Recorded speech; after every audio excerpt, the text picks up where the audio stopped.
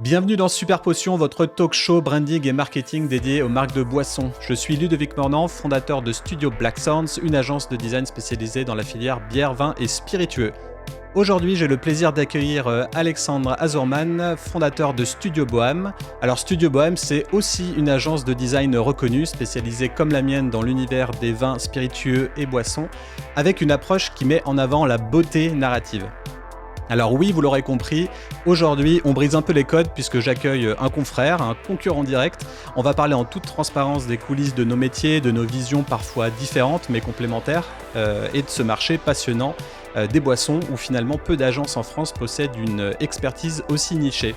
Attendez-vous à une discussion sans filtre sur la création de marques iconiques, l'importance de la stratégie et peut-être même sur cette fameuse question du beau dans le design.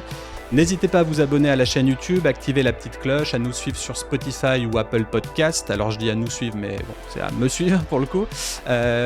Pour finir, je vous invite également à laisser vos commentaires sous l'épisode pour partager et débattre sur la thématique. À présent, plongeons ensemble dans les secrets d'une identité de marque réussie. Salut Alex et merci d'être avec nous. Bonjour Ludovic, merci de m'accueillir sur ce podcast, que je suis d'ailleurs depuis longtemps. Ouais, c'est cool. Ouais, je suis hyper excité à l'idée qu'on discute ensemble. Il n'y a pas énormément de podcasts dans lesquels on peut entendre du branding et du packaging dans la filière boisson, bière, vin, spiritueux.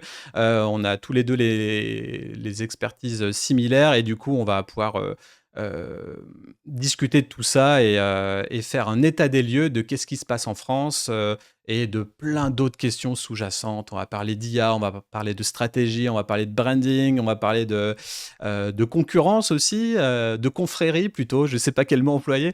Donc voilà, alors avant de commencer, de mettre le pied à l'étrier, est-ce que tu peux, s'il te plaît, rapidement te présenter qui es-tu pour nos auditeurs ?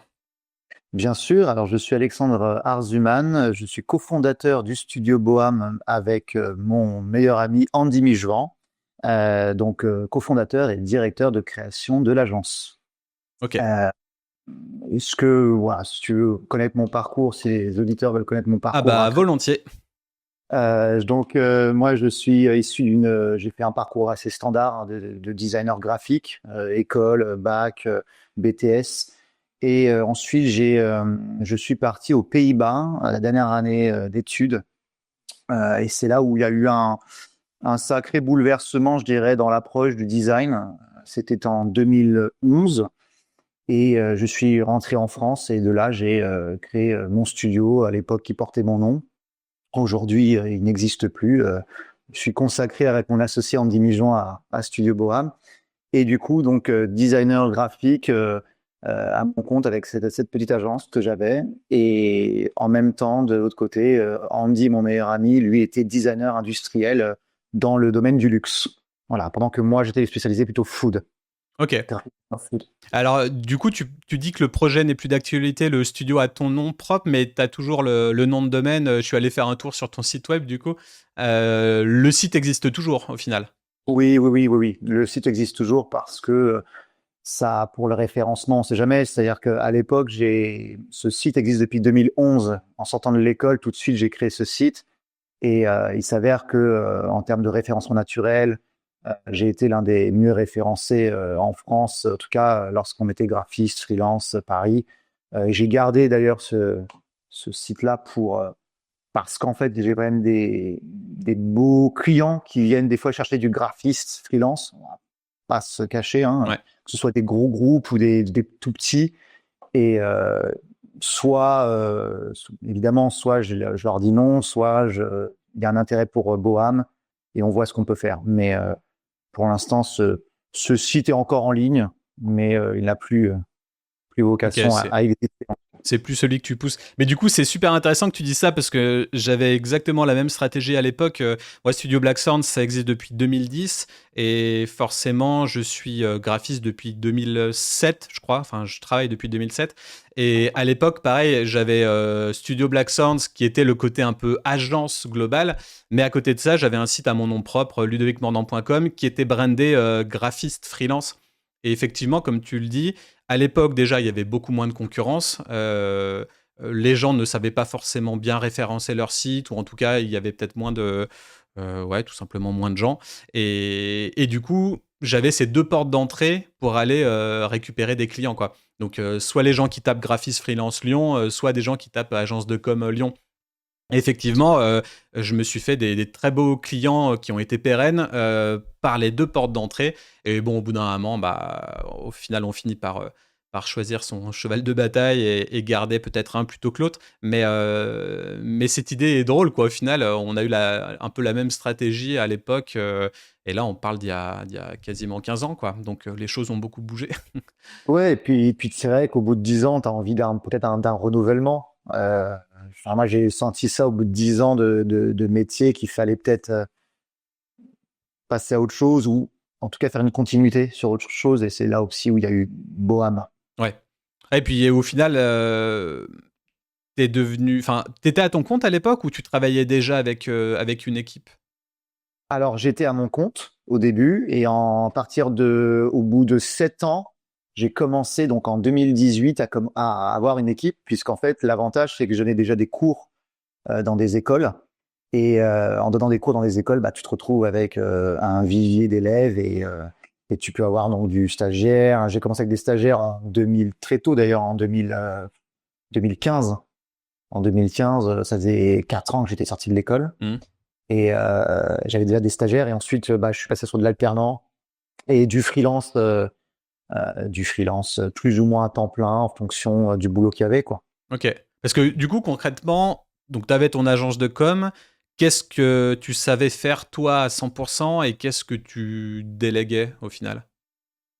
En fait, quand je suis parti aux Pays-Bas, j'ai été dans une petite agence qui existe encore plus ou moins, d'un entrepreneur qui était grec, qui était très très bon. Et il m'a appris, entre autres, à savoir vendre du branding, avoir une approche vraiment hyper intéressante du branding.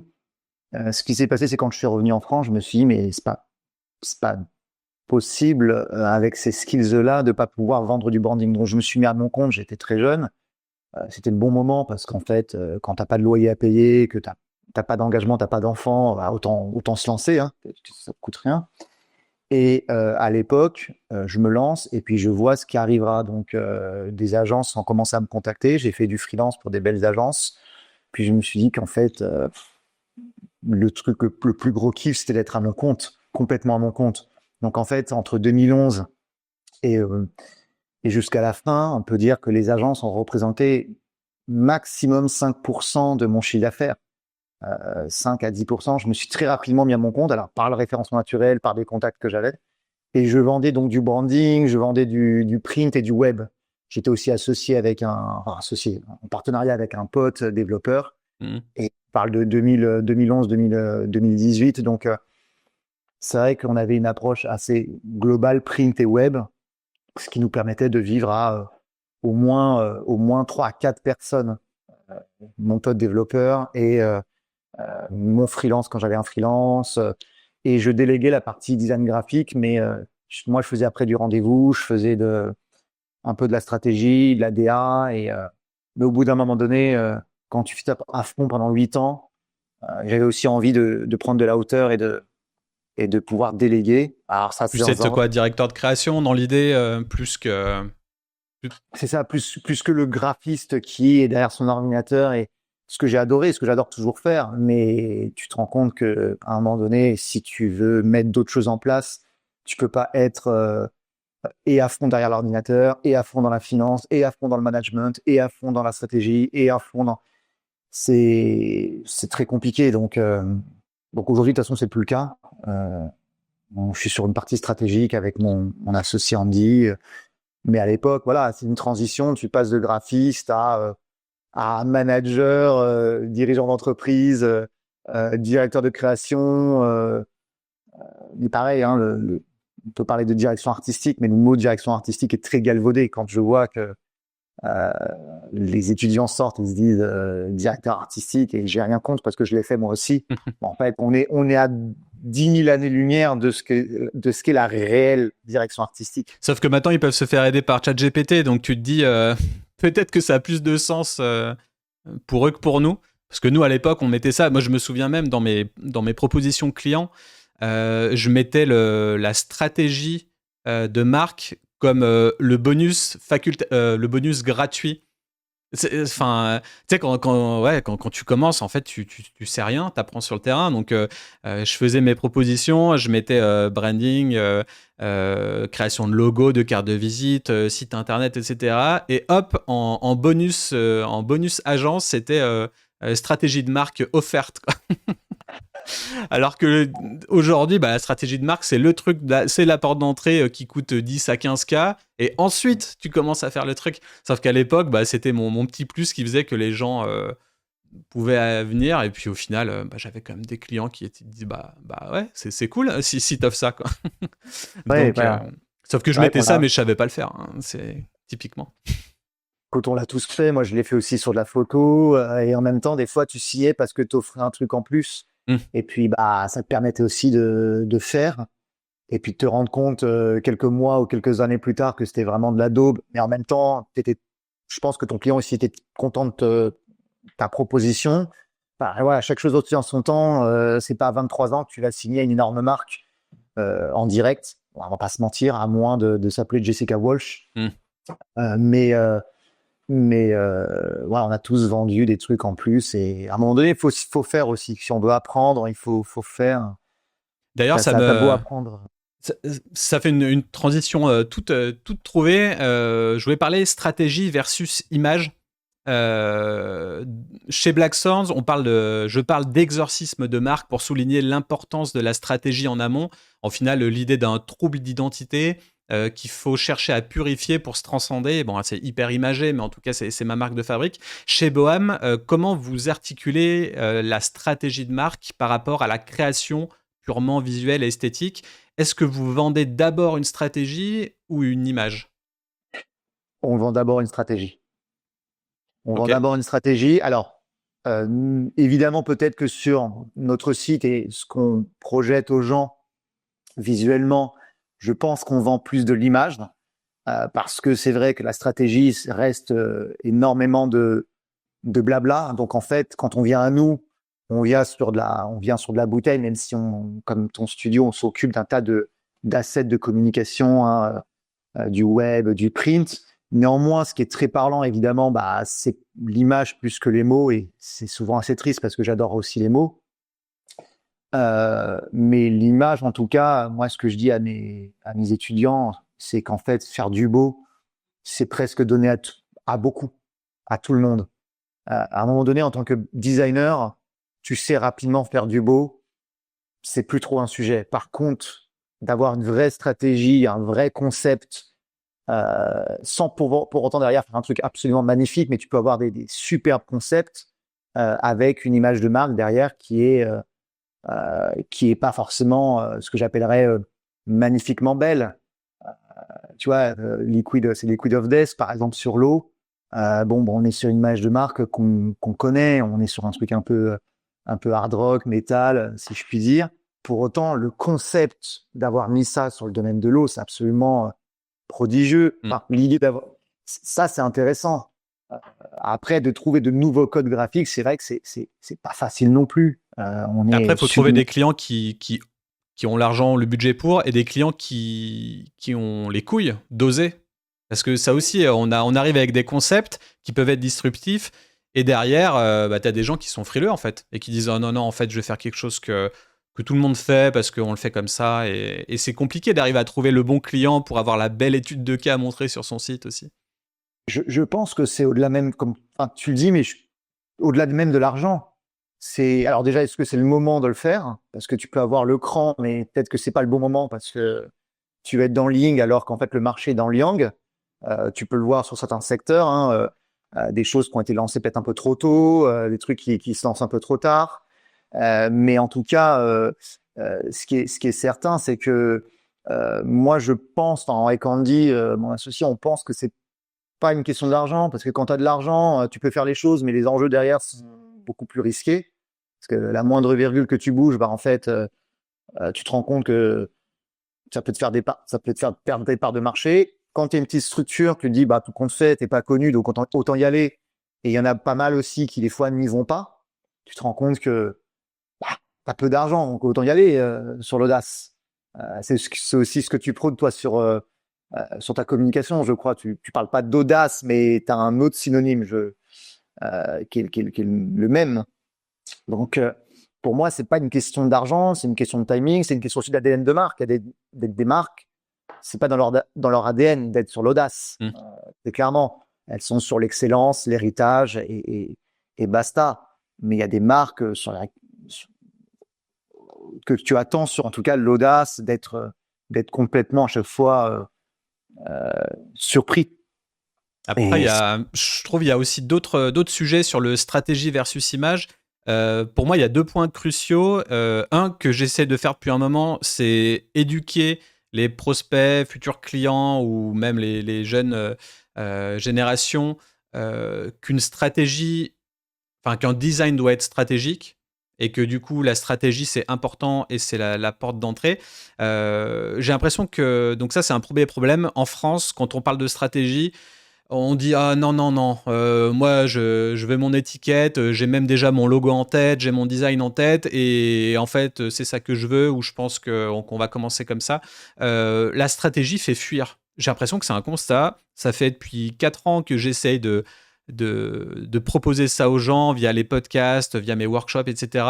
J'ai l'impression que dès que j'emploie ce mot-là, les gens arrêtent d'écouter et qu'en fait non, moi, fais-moi juste du design. Donc il y a ce premier truc. Et un autre truc, le marché en 2025, il est très complexe. Personne n'attend. Il faut que les choses soient faites le plus vite possible. Et du coup, on reste sur du prototypage et du prototypage itératif. C'est-à-dire, on essaye, ça marche pas, on switch. On essaye, ça marche pas, on switch. Comme si toutes les boîtes du monde étaient devenues des startups. Et il y a ce côté-là aussi où j'ai l'impression que peut-être qu'en 2025, une stratégie qui va prendre du temps à mettre en place sur des roadmaps à 10, 20, 30 pages, j'ai l'impression que c'est un peu fini parce que le monde va trop vite et que du coup, il faut juste prototyper, itérer et hop, on switch 2 mois plus tard parce que le marché veut ça, parce que le nouveau réseau social veut ça, parce que la demande a changé. Donc, du coup, je me pose la question, des fois je me dis, bah oui, stratégie first, c'est une évidence. Et des fois je me dis, bah c'est une évidence dans les codes, comme quand tu es photographe et que tu apprends les codes, le triangle, de machin, pour faire des belles photos, mais qu'après tu dois tout disrupter. Donc en gros, je suis toujours ambivalent et j'ai pas la réponse. Et plus j'ai l'impression de connaître le design, la strat et le branding, moins j'ai l'impression d'avoir trouvé la vérité au final. Je sais pas si tu fais le même constat ou peut-être que tu as des choses à rajouter. Non, non, mais c'est le même constat et je pense que c'est multifactoriel. Évidemment, il y a le fait d'être aussi de côté. Quand les agences essaient de vendre de la stratégie ou même qu'un graphiste essaie de vendre de la stratégie, tu te rends compte que si 95% du reste de la population, j'étais freelance, donc je sais de quoi je parle, te propose pas de la stratégie, t'accoutumes aussi une certaine cible à se dire, bon bah écoute, de toute façon, on commence direct par de la bouteille, enfin par de l'étiquette ou du graphisme, et basta. Donc il y a déjà ça. Il y a le fait aussi qu'on se dit, bon, ça coûte de l'argent, autant directement aller à l'essentiel, sauf qu'en fait, de faire 3 pas en arrière, ça te permet d'avoir un saut qui est beaucoup plus long que si tu restes sur place sans pouvoir prendre du recul. Euh, c'est peut-être aussi, c'est comme tu le dis, la période de plus en plus qui veut que les choses soient faites rapidement. Quand on sait que en soi, hein, on peut se le dire aussi sur de l'étiquette. Hein. Moi, je peux faire une étiquette personnellement, ou mon équipe, on peut faire une étiquette en une journée. Il n'y a pas de problème. Mais par contre, faut pas s'attendre à de la qualité. Si on veut un vrai travail de fond, si on veut les bonnes formes, si on veut le bon positionnement, la vraie stratégie. Quand tu parles de qualité ici, tu parles pas de beauté, tu parles de qualité conceptuelle et pérenne, c'est ça? Conceptuel, Ouais. voilà, c'est ça. C'est 2, 3 mois, quoi. Mm. Et ça, c'est clair. Mais encore une fois, oui, on peut faire, on peut tout faire en une minute. On peut tout faire aussi en un an. Il faut aussi trouver juste ce milieu. Il y a des marques qui s'y prêtent. Après, des fois, il y a des sujets intéressants sur le fait d'aller aussi assez rapidement. Mais la stratégie, c'est compliqué à vendre parce que c'est aussi, comme tu l'as dit, c'est un billet d'entrée qui est pas négligeable. Par contre, néanmoins, derrière, tu crées des marques qui sont extrêmement fortes. Et d'ailleurs, tu le vois, il y a des marques extrêmement fortes où tu sens que la stratégie, elle a été au cœur de la réflexion. Et il y a d'autres marques qui sont juste, ouais, sympathiques. Tu pines l'image sur LinkedIn, tu dis, OK, c'est cool, et ça va pas plus loin que ça. Et tu aurais un exemple de chez Studio Bohème où la stratégie a été clé? Pour moi, c'est vrai que bon, là, ça va être notre Ciao Pantin à nous, mais cette marque de sirop que personne connaissait à l'époque, qui s'appelle Bacania, qui est une petite bouteille en plastique ambrée, la marque inexistante sur l'étiquette. On aura l'avant-après sur, en tout cas, ce site. Mais en tout cas, Bacania vend du sirop à l'époque, et ils vendent toujours du sirop d'ailleurs, ça n'a pas changé. Mmh. L'objectif, c'était de se dire, OK, comment premiumiser la marque, en fait, la marque que personne ne connaît. J'en trouvais ça intéressant, cette bouteille ambrée. Donc, on passe déjà en verre. Alors oui, bah, ça coûte de l'argent. Ça coûte de l'argent de passer en verre, de faire une stratégie en amont, de faire des protos, de revoir aussi bah, tout, les illustrations, l'étiquette, le choix de papier. Bah oui, mais le papier va aussi coûter plus cher. Bah, tout va coûter plus cher. Ah ouais. Par contre, derrière les volumes qui ont découlé de toute cette stratégie, bah, c'est le jour et la nuit. Je pourrais pas parler de chiffres aujourd'hui par respect pour la marque et les clients, et pas dévoiler ça au grand public, mais en tout cas, voilà, il y a eu un avant et un après Bacania avec cette résultante qui est la bouteille. Mais en fait, qui n'est pas que la bouteille, qui est un travail sur la globalité, les shootings photos qu'on fait avec eux, leur site internet qui avait été refait donc du coup à l'époque, tout quoi. Tout a été repensé, et aujourd'hui, tu t'achètes pas un sirop, tu t'achètes une belle petite bouteille. Je vois moi un nombre de restaurateurs, même de particuliers chez qui je vais, et je vois la bouteille, ça me fait sourire parce que les mecs, je les connais ni d'Adam ni d'Ève, et tu te rends compte qu'en fait c'est un produit que tu gardes en fin de compte dans le temps. T'en fais un solifleur, t'en fais un bougeoir. Enfin, c'est assez intéressant cette stratégie qu'on a eue et qui fait qu'aujourd'hui c'est une petite marque, qui devient une marque importante, à énorme potentiel. On la voit partout, hein, dans toutes les on la voit épiceries. partout. On la voit partout. C'est hallucinant d'être à côté de Monin, quoi. Alors, bon, Monin est sur des volumes stratosphériques, mais ça a été une belle, un beau avant-après. Et si on avait pensé petit, on aurait gardé la bouteille en plastique, on aurait. Parce que là, le avant, c'est une bouteille un peu type apothicaire, mais en plastique. C'était du plastique. Ouais. Ok. Alors, il y avait en plus des fois un peu l'aspect déceptif, parce qu'il y a des gens, quand ils achetaient en ligne, ils se rendaient compte que c'était pas du verre. Alors tu me diras, celle qui est à droite, on peut aussi la faire en plastique, hein, visuellement, mais à gauche, c'est pas du verre. À gauche, c'est du plastique, à droite, c'est du verre. Donc déjà, il y a, en termes de poids, alors évidemment, là, on va sur des choses qui vont sur de l'éco-responsable, mais on a quelque chose de plus volumineux en termes de poids, on a quelque chose qui fait plus statutaire, donc on a une perception versus coût de fab qui est beaucoup plus haute. Le rapport perçu est largement au-dessus de la valeur réelle du produit, avec tout le respect que je dois à cette marque. Bah clairement, à gauche, j'achète pas, à droite, j'achète. Hein. Ça, c'est sûr. Et c'est du sirop, ce que... ça peut pas dire que c'est pas bien fait, mais tu vois, on est sur une marque de sirop, et donc, ce qui veut dire aussi que quand on a de l'audace et qu'on veut mettre des choses en place, on est capable de le faire. Et parler à l'époque d'une toute petite entreprise qui est en train d'évoluer, en tout cas en taille. Mais c'est intéressant parce que c'est pas le seul projet que vous avez fait en sirop premiumisé. Et quand j'ai fait le Syrah dernièrement et que j'ai vu votre facing d'Alain Milia avec la nouvelle com, je me suis vraiment dit, j'ai l'impression que les sirops se mettent au spiritueux, quoi. Et j'ai eu la même impression avec Reimagine, la capsule collection de 1883 de Maison Routin. Je sais pas si tu en as entendu parler. Non, je Euh, la vois pas. Alors, si je la vois, peut-être que je dirais ah oui, c'est ça. En gros, j'ai l'impression qu'il y a une premiumisation des sirops portés dans les codes des spiritueux, comme les sans-alcool se mettraient au SPI, enfin, avec les spiritueux sans alcool, et ben on a la même chose dans les sirops. Et là, j'ai l'impression que vous avez quand même été précurseur là-dessus avec Bacagna, parce que clairement, c'était l'idée, en fait. Et là, aujourd'hui, on peut voir que ça devient limite une trend. Alors oui, comme tu dis, il faut se payer un moule, il faut se payer des belles étiquettes avec un beau grammage ou une texture sympa.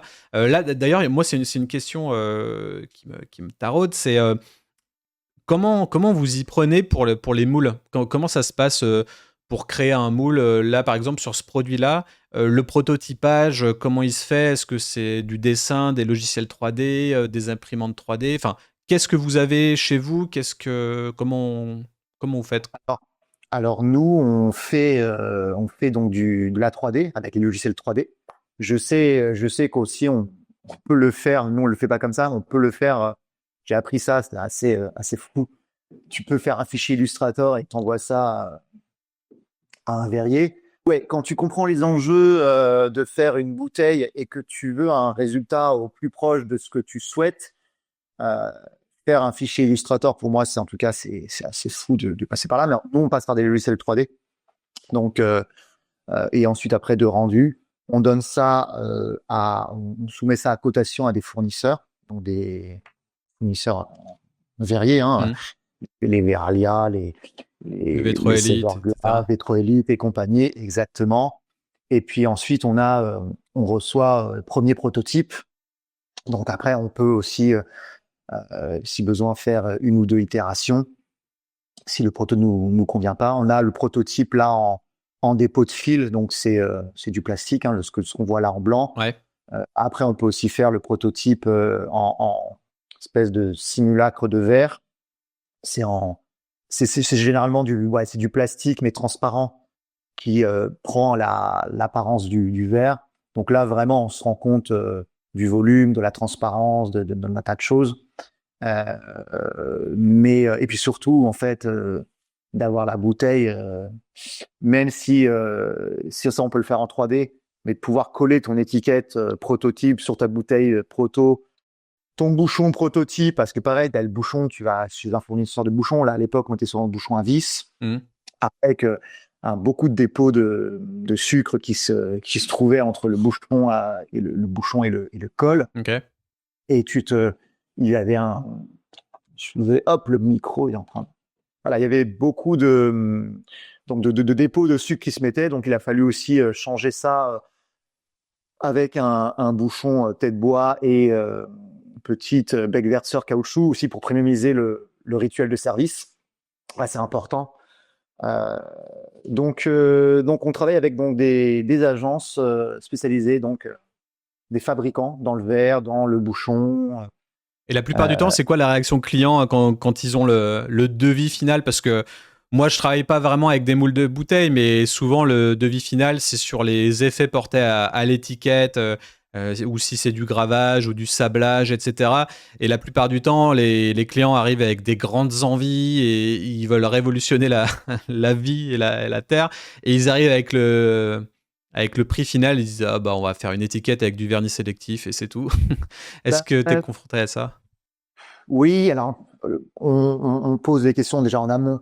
On voit et quand il y a des discours qui sont un peu contradictoires, paradoxaux, on demande les coûts de revient, les cost of good.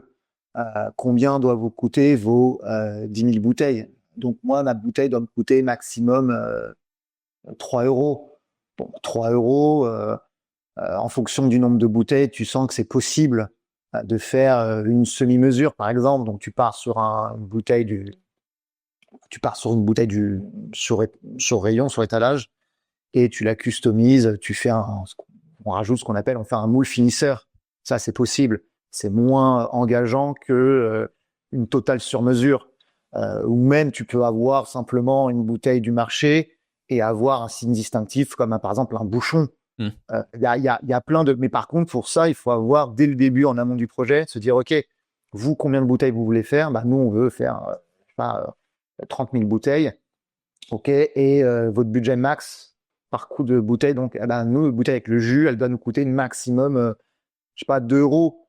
Si elle coûte maximum 2 euros avec le jus, tu sais que c'est foutu. Tu feras pas une bouteille sur mesure, à moins que les volumes sur 2 euros soient des volumes de, je sais pas, 1 million de bouteilles éventuellement. Ou que la bouteille évolue avec le temps si les ventes se portent bien aussi.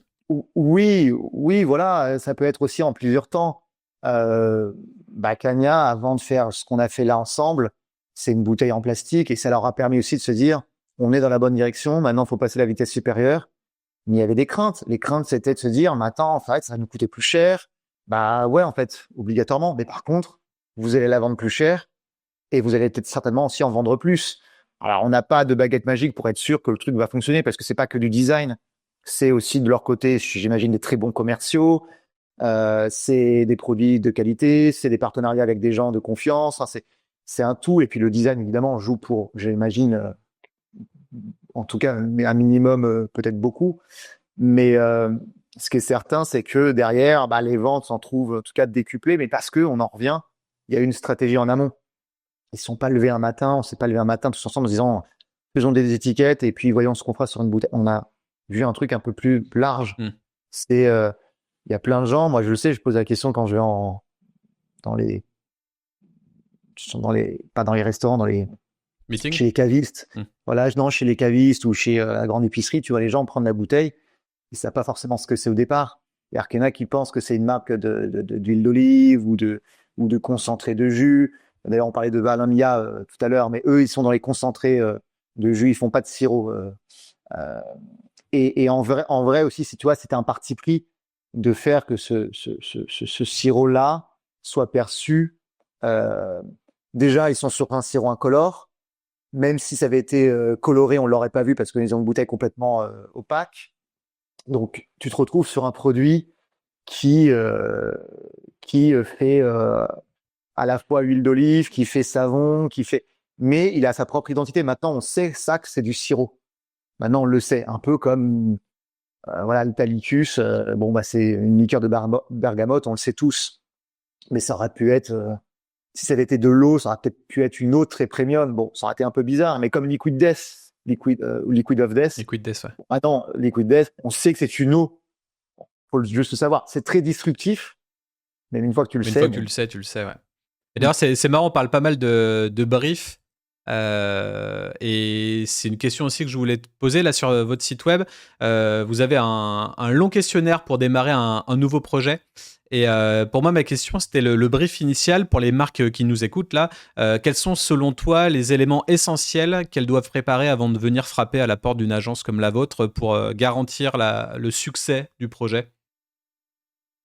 Ah oui, pour garantir le succès, en tout cas pour garantir en tout cas une bonne compréhension de là où on va tous ensemble.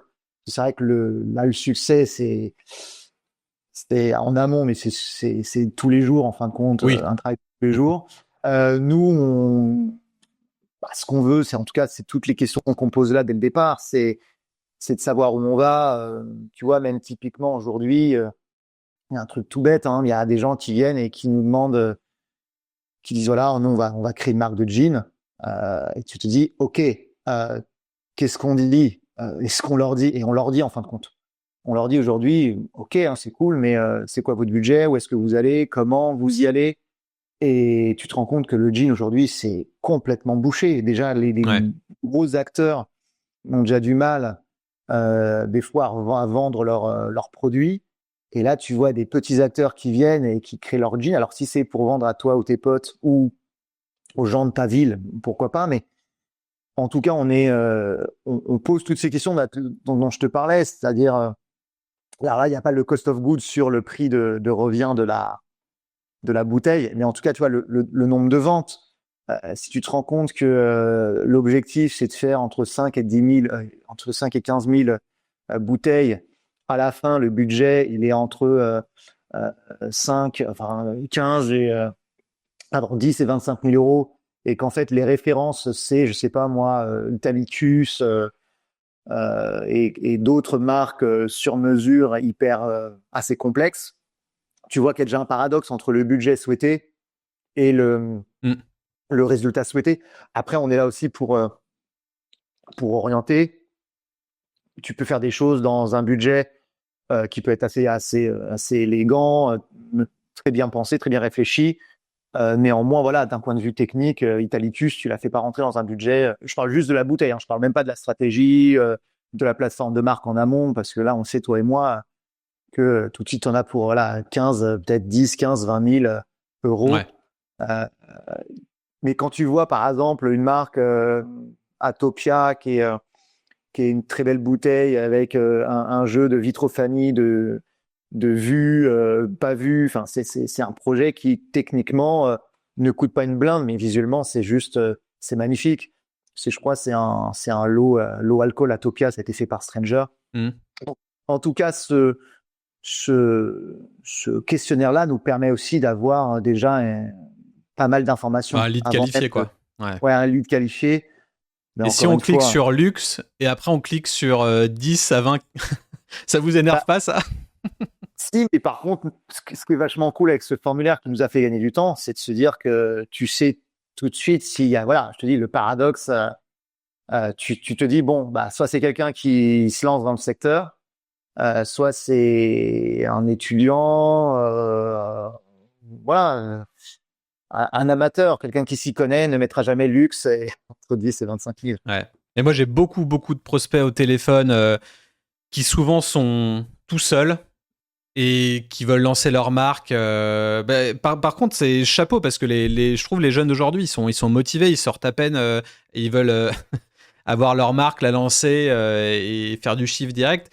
Donc, chapeau sur la motive, mais par contre, bah, je les blase au téléphone. Je leur dis, bah, il y a que toi comme commercial et qui fait tout sur ton produit. Je fais, bah, même si tu es champion du monde de course à pied, ton eau fonctionnelle, elle va pas se vendre toute seule, quoi. Donc, et ouais, j'avoue, je dis la vérité maintenant au téléphone et souvent, je dois peut-être un peu blaser les gens, mais enfin, pour moi, c'est la vérité. Si t'as pas une équipe de commerciaux qui est là pour pousser ton produit en GMS, chez les cavistes, partout, enfin, tu peux pas y arriver en fait. C'est impossible. Je... C'est évident. Après, c'est comme ça qu'on apprend. Enfin, moi, je l'ai fait sur d'autres choses. Je pense comme toi, on a créé des marques dans les coins, on a voulu faire des choses. Et puis tu te rends compte après avec du recul que bon bah voilà, t'étais un peu à côté de la plaque. Je pense qu'on doit tous passer par là. En plus, je trouve que c'est un domaine, la boisson, qui est très vite coûteux parce que c'est pas du thé que tu vas acheter en Chine, que tu mets dans des doypacks. Les doypacks te coûtent allez, 10 centimes, 5 centimes. Tu te les fais livrer chez toi, tu les empiles, ça prend pas de place. Bon, tu peux plus facilement, je trouve, créer une marque, par exemple de thé, que tout de suite quelque chose avec du jus, une bouteille, même une canette, enfin, une bouteille, je parle même pas de la bouteille en verre. Enfin, c'est techniquement, en termes de fab, en termes de logistique, c'est tout de suite plus relou. Mm. Je parle même pas du fait d'aller sous l'alcool. Voilà, l'alcool avec les taxes et compagnie, c'est un enfer. Donc, euh, Et finalement, je dans le comprends. secteur des boissons, qu'est-ce qui fait la différence entre un packaging qui se vend et un packaging qui fonctionne pas, au-delà de l'aspect purement esthétique? Bah, je pense que c'est connaître son marché. Typiquement, tu le vois, il y a pas de, je vais pas dire qu'il n'y a pas de secret parce que Bacania sur le marché du sirop quand ils sont lancés, je suis pas certain qu'ils étaient experts en sirop. Voilà. Mais en tout cas, ceux qui connaissent leur marché ont 10 longueurs d'avance. 10 longueurs d'avance, mais t'es pas sûr de récupérer tes billets à la fin. C'est-à-dire que même en connaissant ton marché, comme nous, hein, avec le design, tu as des concurrents, t'arrives trop tôt, t'arrives trop tard.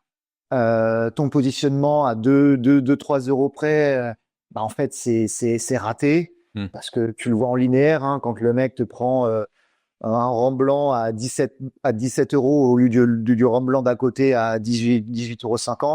tu dis on est quand même juste à 1,50 € de différence, bah, pour autant, en linéaire, ça joue. Donc, au-delà de l'aspect esthétique, c'est certain que connaître son marché, d'avoir un bon produit, c'est quand même important. Parce que, bon, la première vente, on pourrait dire qu'elle appartient plus ou moins aux marketeurs, aux designers. Mais la deuxième, elle appartient, deuxième vente, quand tu reviens consommer le produit, c'est que tu as quand même apprécié le produit. Et Ouais. que du coup, cette deuxième vente, elle appartient, le deuxième et puis tout le reste, elle appartient aux producteurs, aux faiseurs du produit.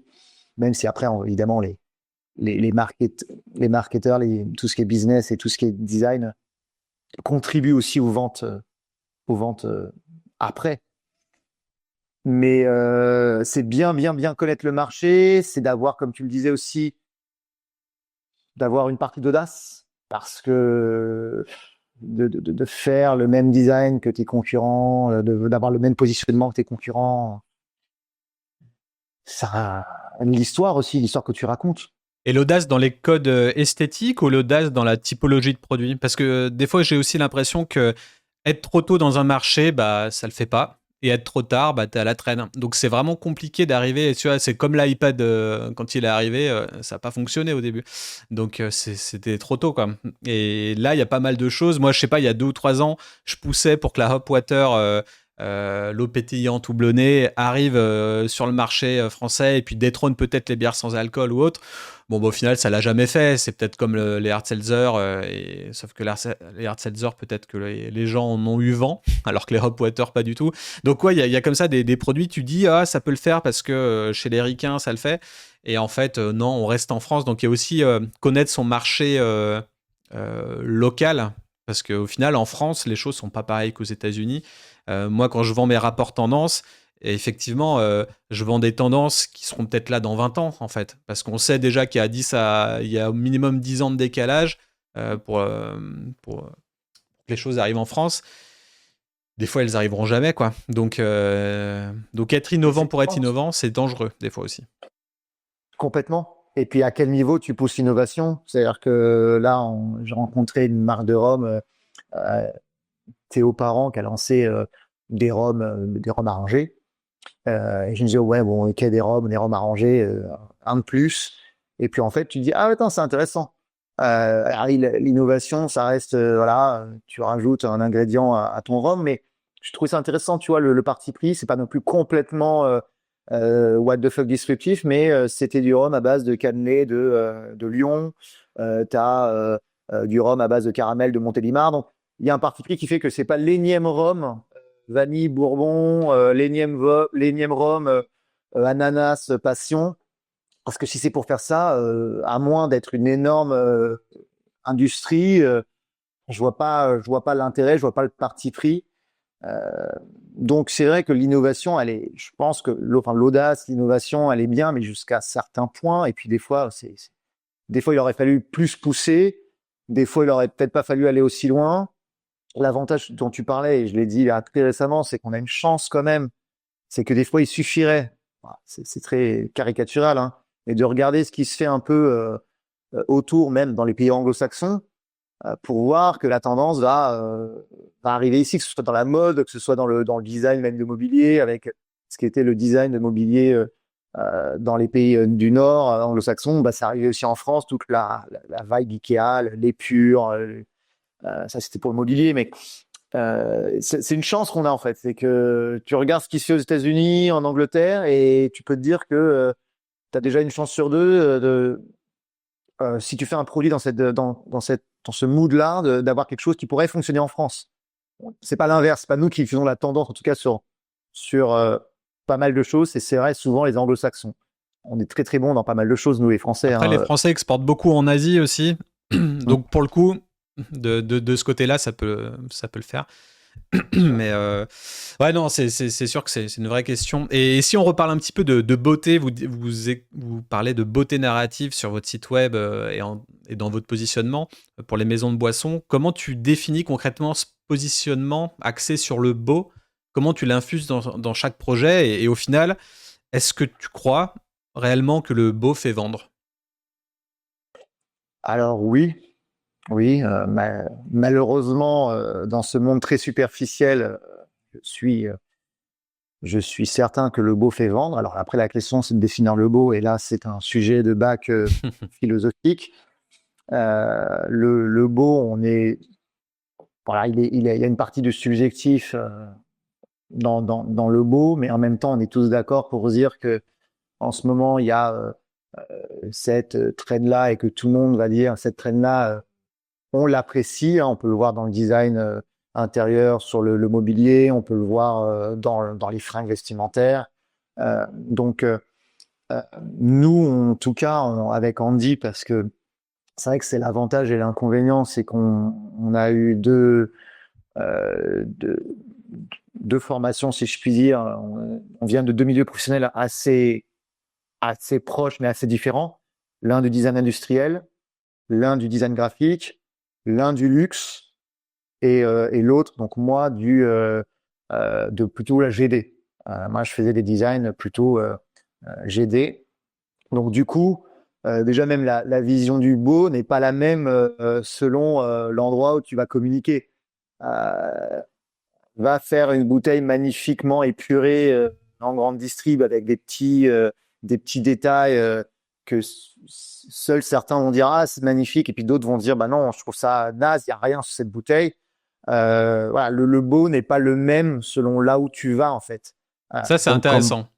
Parce que là, ça, si je te montre cette marque qui a un carton de ouf aux US et le design qu'elle a, et on est d'accord pour se dire qu'en grande distrib, en GMS, on trouve la plupart du temps des produits qui ressemblent à ça Mhm. et que ces produits fonctionnent grave, ils marchent bien. Et ça me Mhm. fait penser à Cosmity aussi, qui ont des arrangements de couleurs qui me font un peu grincer des dents, mais c'est aussi un gros carton. Et est-ce que tu arrives à comprendre la hype de cette marque ou de ce type de marque, alors que visuellement, c'est quand même assez horrible? Euh, Est-ce que tu Ah, aurais moi, pu faire ça avec Studio Bohème, tu vois? Le design de alors, la croix. je t'avoue qu'en plus que moi j'essaie de voir quand je regarde un truc, alors des fois je me dis c'est atroce ou c'est très beau, mais par contre je regarde vraiment sur pas mal de canaux de communication.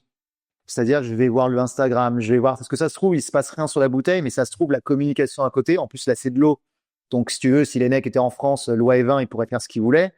Je vais regarder en fait ce qui se passe sur leur site web. Ça se trouve ils ont une com assez barge sur le site web, sur le Insta. Et là, tu dis, quand tu vois l'univers global, tu te dis, ah ouais, c'est quand même Hmm. bien plus sympa que simplement sur la canette. C'est un petit peu comme regarder un t-shirt, voilà, j'ai un t-shirt Bordeaux, j'ai un t-shirt noir. Bon, ça reste un t-shirt Bordeaux, un t-shirt noir, il se passe rien. Enfin, c'est presque, c'est insipide. Par contre, si tu regardes l'ensemble, tu dis, ok, ça a été bien réfléchi, il y a ci, il y a ça. Donc je pense que pour juger une marque, il faut. C'est vrai que le packaging il est un peu hardcore, hein. Non, pour juger une marque, il faut regarder de manière globale, tu vois. Puis l'intelligence, c'est de se dire des fois leur positionnement. Tu vois, si la marque, Bah, tu vois, quand tu si elle regardes est ça, vraiment. tu te dis, la meuf, elle est bien fringuée, style un peu bohème, etc. Elle a ce vieux pack dégueulasse dans les mains. Et limite, c'est hype. Et en fait, c'est comme ce qu'on se disait sur LinkedIn. Tu avais partagé un post, un carrousel sur le beau. Et moi, je t'avais commenté le fait que des fois, le moche faisait vendre et que des fois, c'était limite un peu hype de redevenir à quelque chose d'artisanal comme on l'aurait fait à la maison sans connaître Photoshop, etc. Là, c'est vraiment le sentiment que je ressens quand je vois cette marque. Et, mais bon, peut-être que les codes en 2025, tu vois, c'est comme quand tu fais des pubs sur TikTok ou Insta. Quand tu fais un face cam avec ton téléphone, t'as plus de vues que quand tu fais un beau reel hyper chiadé que tu aurais travaillé sur After Effects ou Premiere. Et moi, ça, c'est des codes, personnellement, j'ai 39 ans, c'est des codes que j'ai pas. Pour moi, il faut que tout soit léché à la perfection, que ça soit nickel. Et la Gen Z, ou la Gen Alpha encore, ils arrivent, ils font les trucs à l'arrache et ça fait plus de vues et ça fait plus vendre et c'est complexe quand même. C'est un espèce de. Enfin, c'est pas un débat parce que c'est une discussion qu'on a avec mon associé où, comme lui venant du luxe, où les choses prennent du temps, où tu as une notion donc de, de perfectionner les choses au maximum. Et en même temps, tu es dans une période où il faut faire les choses rapidement, etc., etc. En attendant, c'est vrai que tu dis la Gen Z, bah, en fait, la Gen Z, elle fait, c'est fake it until you make it, c'est better soon than perfect. Enfin, c'est tous ces mantras américains. Bah, au moins, pendant ce temps-là, tu vois, la croix, c'est peut-être naze, mais ils ont un nom qui est cool.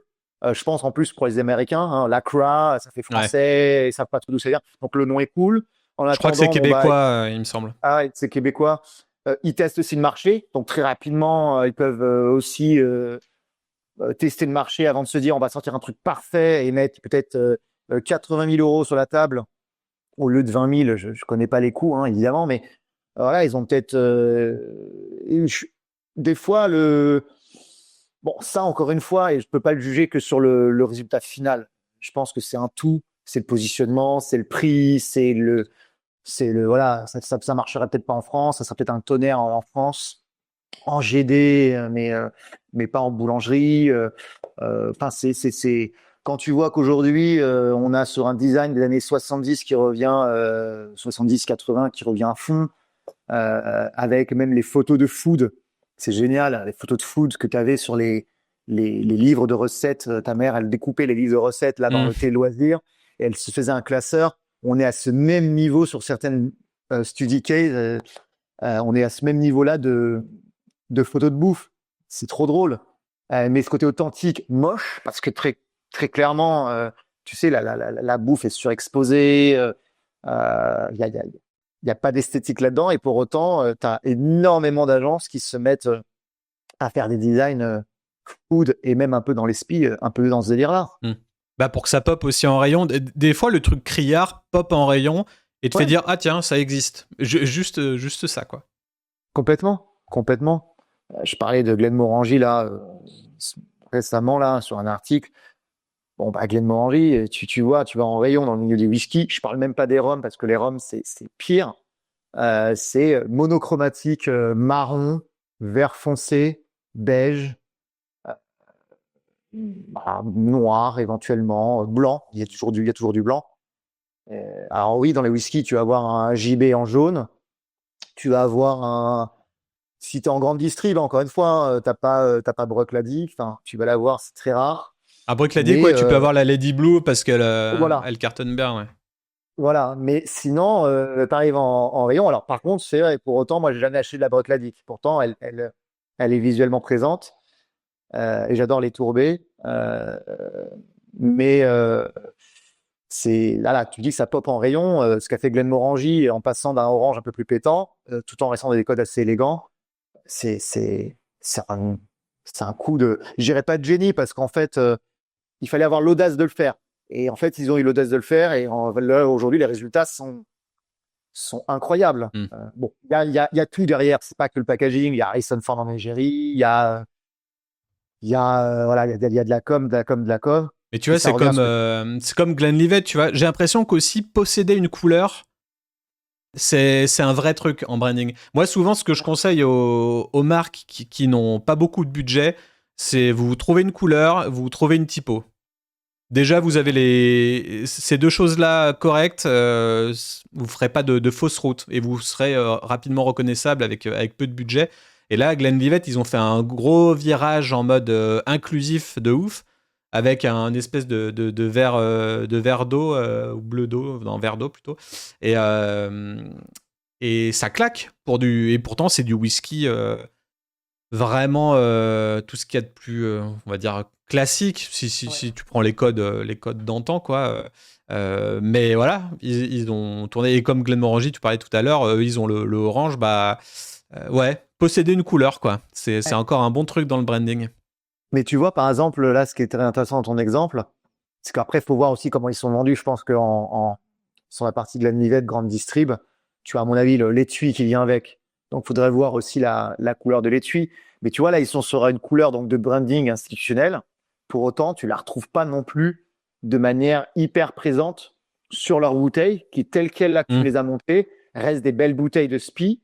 Mais, tiens, d'ailleurs, tu vois, le pack reste un pack bleu marine. Il est bleu, ouais. standard. Ok, il y a le cachet de cire, il y a le truc au-dessus. C'est beau, hein, il y a rien à dire. Hein, mais ça, tu regardes, je sais pas, Feathercairn, c'est pareil. Feathercairn, alors ils ont ce même type de couleur qui est très belle. J'adore hein, cette espèce de turquoise un peu bleu-vert. Et tu as le poinçon au-dessus.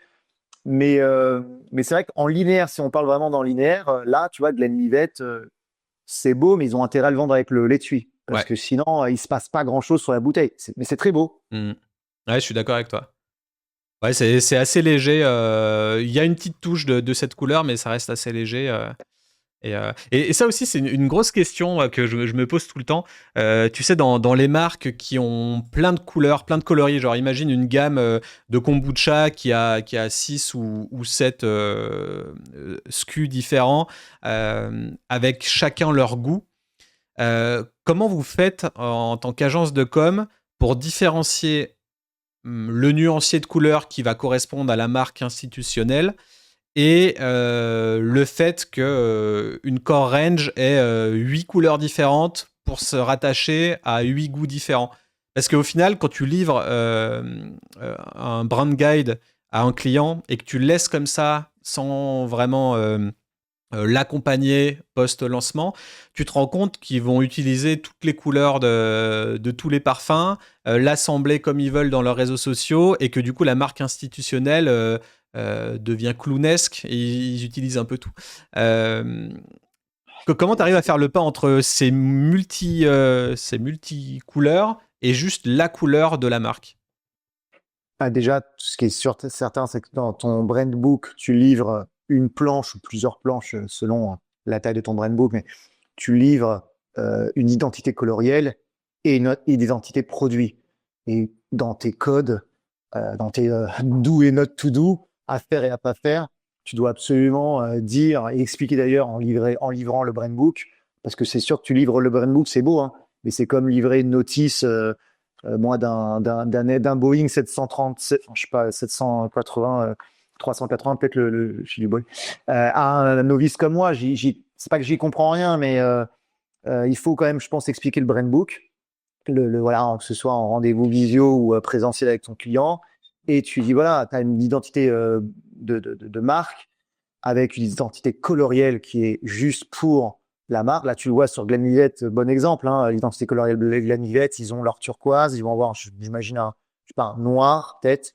Donc, et puis du blanc, peut-être un petit beige. Et ça, c'est leur identité institutionnelle. Et puis, dès lors où ils vont sur leurs produits, bah, ils ont la bleu marine pour la 10, ils ont la 15 ans, la pourpre. Et après, tu déclines en disant, bon, bah, voilà, si vous faites une double page sur votre 15 ans, vous avez le droit, dans votre leaflet, dans votre plaquette, d'avoir votre double page en bordeaux, parce que c'est la 15 ans. Idem pour le reste. Donc, c'est pareil quand tu as 25 produits dans ta marque, que ce soit une marque de kombucha ou de thé. Mais c'est vrai que le souci qu'on a, nous, c'est, comme tu disais, c'est en amont expliquer la stratégie de marque. Et une fois que tu as livré la marque, c'est en fait leur faire comprendre que si ils l'utilisent à bon escient, ils vont pouvoir faire perdurer le niveau d'exigence que tu as mis en place avec eux. Mais s'ils s'en occupent et qu'ils font un peu à leur sauce, parce qu'après, ça se transmet, ils vont transmettre ça voilà, le directeur marketing va transmettre ça à ses équipes marketing, peut-être potentiellement à un stagiaire, enfin, sans être péjoratif là-dessus. Et en fait, tu perds Ouais, ça se dilue après. ça se dilue. L'idée, honnêtement, aujourd'hui, quand je vois ce que fait, par exemple, le directeur artistique Radam Twami avec certaines marques, il est toujours en direction artistique de ces marques-là. Tu comprends aussi le niveau d'excellence qu'il faut pour maintenir une marque au top niveau. C'est pas, hop, j'ai pris mon truc. C'est comme quelqu'un qui se fait venir un coach chez lui pendant 2 mois pour faire des exercices. Et puis, bah, le coach se barre et tu te remets à bouffer enfin, de la junk food. Ça n'a pas de sens. Il faut une continuité, il faut un niveau d'exigence et d'excellence de tous les instants. Donc, soit le client en face, il a l'équipe marketing qui a ce niveau d'exigence et de détail pour dire attention, là, non, faut pas faire ça. Vous avez vu le brand book, on nous a livré ça, il fallait faire ça. Attention, les typos utilisés, bah, le mec change la typo, tu te dis nous, on a des marques, on travaille avec des marques, des fois, tu récupères la marque, tu dis, mon Dieu, et les mecs, ils ont 12 typos.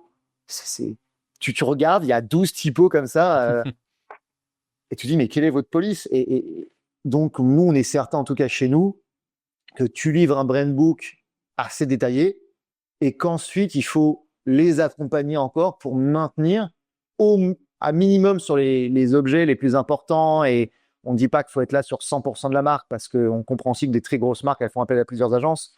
Mais en fait, d'avoir ce suivi, enfin, je veux dire, avec les enjeux qu'il y a derrière, si tu prends et que derrière c'est fini, faut que tu sois sûr que les gens qui sont en compétence, en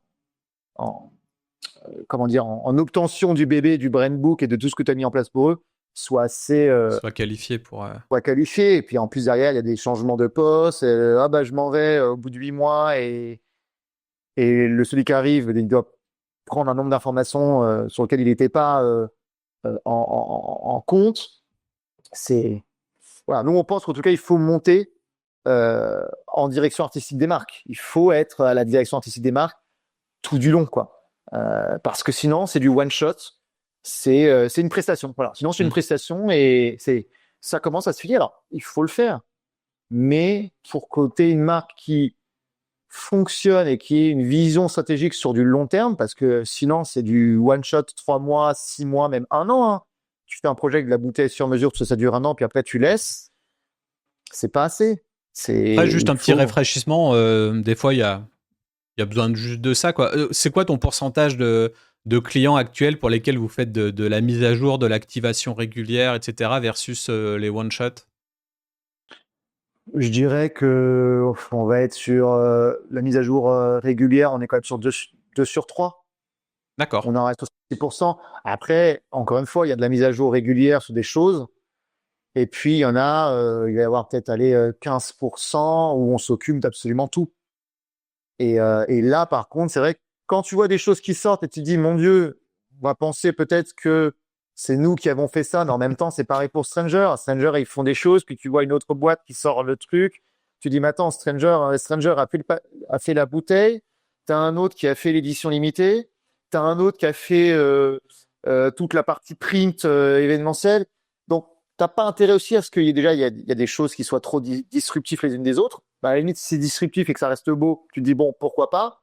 Et quand c'est disruptif et qu'en plus, il y a des choses qui sont visuellement nazes, là, tu te dis, ça fait chier parce que, et excusez-moi pour le propos, c'est qu'en fait, voilà, il y a des trous dans la raquette et surtout pour des marques qui se veulent exigeantes, c'est très important. C'est très important d'être en maîtrise de tout ça.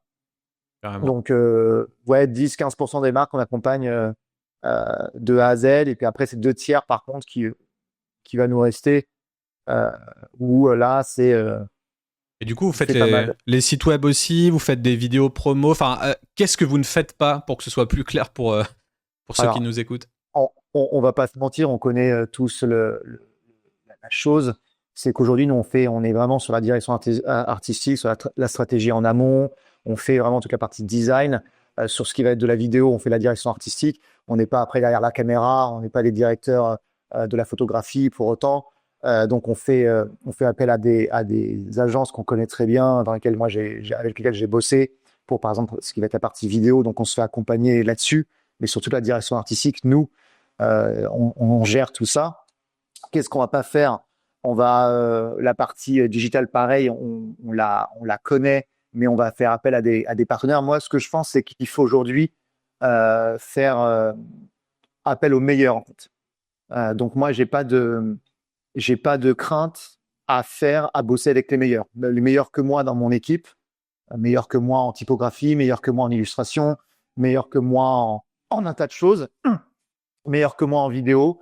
Donc, soit on fait en interne au studio Bohème, pas mal de choses qu'on fait en interne, et il y a des choses sur lesquelles, en fait, sporadiquement, on va faire monter des gens parce que, typiquement, par exemple, même la stratégie, hein, on parle depuis tout à l'heure beaucoup de stratégie. T'en as qui vont être excellents en stratégie de marque SPI, et puis tu en as d'autres, par exemple, toi, je sais que tu as une énorme expertise dans tout ce qui est bière, kombucha, en plus des spiritueux et de tout ce qui est la boisson. Donc, c'est en fonction des enjeux que tu as en face. Moi, j'ai aucune crainte. pareil, à faire monter un rédac expérimenté. Voilà, moi je le disais, on est à peu près une dizaine ici. Alors, ça fluctue, hein, des fois on est 7, des fois on est 13, 14. On est basé à Paris. Mais en fonction de ce qu'on va faire, la 3D, on l'a fait en interne. On fait tout en interne. On fait tout avec des Français aussi. Ça, c'est un truc, on met un point d'honneur à travailler qu'avec des Français. Parce que, bon, après, ça coûte beaucoup plus cher et du coup, mais voilà, après, moi, j'ai pas envie de me plaindre qu'il n'y a pas de boulot. Quand tu fais appel à des gens à l'autre bout du monde, ce que j'entends complètement. Mm. Mais je pense qu'il faut mettre en avant le savoir-faire français. On a des fabricants, des artisans, des artistes. On est un pays où on a tout, en fait. On a la bouffe, on a l'alcool, on a On l'architecture, sait juste pas on se est vendre par rapport aux anglo-saxons. exactement. Exactement. C'est la partie marketing qui pêche. Ouais. Mais voilà, après, non, tu vois, sur pareil, la partie du jus, moi, tu me demandes d'analyser un jus, d'avoir un avis sur un. Moi qui suis fan de whisky, j'ai pas la prétention de connaître parfaitement les whiskies. Je vais faire appel à des gens dont c'est l'expertise, de potentiellement de donner un avis de conseil sur le jus. Pareil pour tout ce qui va être juridique. Comme toi, on va avoir un avis juridique, mais après, c'est toujours soumis au contrôle d'un avocat. Mm. Je peux te parler de la loi Evin, mais je vais pas la connaître aussi bien qu'un avocat. Ok. Euh, Réponds à ta question Ouais, en carrément. détail. Carrément. J'essaie de faire avancer un petit peu les questions parce qu'il m'en reste tellement et on est déjà à 1 heure. Moi, enfin après, ça me dérange pas de continuer et je pense que les auditeurs non plus. Chapitre transparence maintenant. Donc on est concurrents, c'est un fait. Comment toi tu perçois cette compétition sur le marché du design de boissons? Est-ce que c'est stimulant? Est-ce que tu penses comme moi qu'on est finalement assez peu dans cette hyper spécialisation? Pour moi, c'est très stimulant. D'avoir des concurrents, c'est bon signe, je pense. Dans le livre de Georges Loïs, il disait là, vous pouvez être ce que vous voulez être, qu'un super publicitaire des années 50, 60, 70. Je crois que c'est lui qui a inspiré Mad Men. Ok. Georges Loïs, il disait ouais, il faut absolument avoir du concurrent et c'est très bien, n'ayez pas peur de ça parce qu'en fait, ça vous permet de pas rester sur vos acquis. En fait, ça te booste. Alors évidemment, si tu as le mindset, ça, ils vont dire les concurrents, j'en ai marre, ça m'emmerde. Moi, je suis trop content qu'il y ait des concurrents parce qu'en fait, je suis très content aussi les concurrents en France sortent, je m'en fais chauvin, hein, sortent des beaux projets. Parce que moi, ce qui, des fois, m'attriste, mais en même temps, je comprends complètement. T'es là, t'es une marque française, même des fois petite, avec un peu de budget, et tu fais appel à une boîte américaine ou australienne. Tu dis, ah mince, c'est dommage. On a quand même des superbes agences en France. Donc, non, moi, la concurrence, je trouve ça hyper valorisant. Euh, C'est encore une fois, il y a des choses des fois que tu signes pas et tu dis mais alors attends, allez voir un autre. Moi, ça m'est arrivé plein de fois de dire bah écoutez, allez voir quelqu'un d'autre et je donne des noms. Je le faisais avec des graphistes à l'époque, mes anciens élèves. Aujourd'hui, bon, si ça arrive, c'est pareil, c'est un truc que j'hésiterais pas à faire. Mm. Quelqu'un qui a 3-4 000 balles pour faire une image de marque, bon, je préfère qu'il reste. Même je pose la question, des fois, j'appelle quelqu'un en disant est-ce que ça t'intéresse? Ah bah oui, complètement. Moi, pour moi, la concurrence est hyper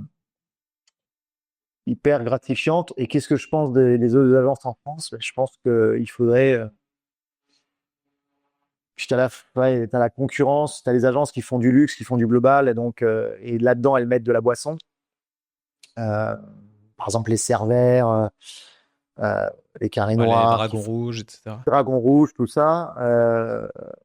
Après, c'est vrai que je les considère pas. Je les considère pas forcément comme des concurrents directs à Bohème. On est vraiment que sur de la boisson. Mm.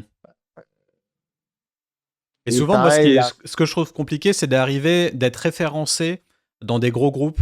Et je parlais avec des anciens de Carlsberg, etc. Ils me disent, bah, eux, ils ont eu l'habitude de travailler avec des agences type Dragon Rouge, mais au final, ils n'en étaient pas forcément contents parce qu'ils trouvaient qu'ils sortaient pas du brief, jamais. Qu'ils allaient toujours dans le sens sans être trop disruptifs et qu'ils faisaient juste ce qu'on leur demandait avec des prix exorbitants. Et moi, des fois, ça me fane parce que je suis là avec mon expertise que je développe depuis 4-5 ans, en tout cas vraiment niché boisson. Et je me dis que nous deux, on en sait énormément sur ce domaine. Et pourtant, nos agences ne sont pas forcément référencées comme les agences phares dans ces gros groupes, j'entends, hein. Pas sur des référencements Internet ou autre. Mais du coup, c'est encore difficile pour des plus petits studios d'arriver à être référencés pour travailler avec des Pernod Ricard ou des marques comme ça, quoi, des Carlsberg ou des gros groupes. Donc, après d'être référencé, déjà c'est une chose. Ensuite, c'est qu'est-ce qu'on va te filer? Parce que tu peux bosser pour Carlsberg comme d'autres agences, beaucoup d'agences bossent pour L'Oréal, mais les mecs te filent des petits bouts de plaquettes, des des bannières web. documents, des bannières web, voilà, bon. Mais tu vois, typiquement, moi je me rappelle, hein, il y avait des gros groupes qui nous avaient appelés au début de la création de Boham. Ils te posent des questions, ils te demandent déjà, enfin, ils te demandent le chiffre d'affaires. Enfin, tu rentres un document qui est assez détaillé, hein, chiffre d'affaires de la boîte, parce qu'en fait, les mecs veulent être sûrs que s'ils bossent avec toi, dans 2 ans, 3 ans, 4 ans, tu es toujours là. Et les petits studios, bon, quand tu es tout seul, à la limite, c'est bien parce que tu te dis, tu vas pas t'embrouiller avec toi-même. Mais encore une fois, t'es pas sûr de continuer ton boulot d'ici 3 ans. Ah, quand ils ont une boîte de peut-être 10, 15 personnes, 20 personnes, tu te dis, OK, ça les rassure, mais ils regardent tout, le nombre de personnes, le chiffre d'affaires. Moi, je me rappelle, hein, on parle, bah, c'était Heineken, je crois. Il y a eu d'autres gros groupes mais c'est normal Hmm. parce que les enjeux sont tellement énormes en face. Et au pire, ils te référencient. Tu te dis, si tu as un groupe de 3 personnes, c'est peut-être pas pour te filer. Encore une fois, il faut voir depuis combien de temps tu es en place, le chiffre d'affaires, mais imagine 3 potes excellents qui lancent un truc et qui sont là depuis un an. Je suis pas sûr qu'on te file la refonte, je sais pas, enfin, un projet à 300K.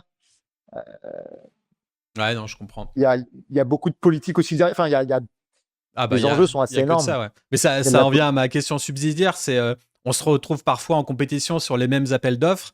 Des fois c'est vous, des fois c'est moi, des fois c'est une autre. Qu'est-ce qui fait selon toi pencher la balance d'un côté ou de l'autre finalement?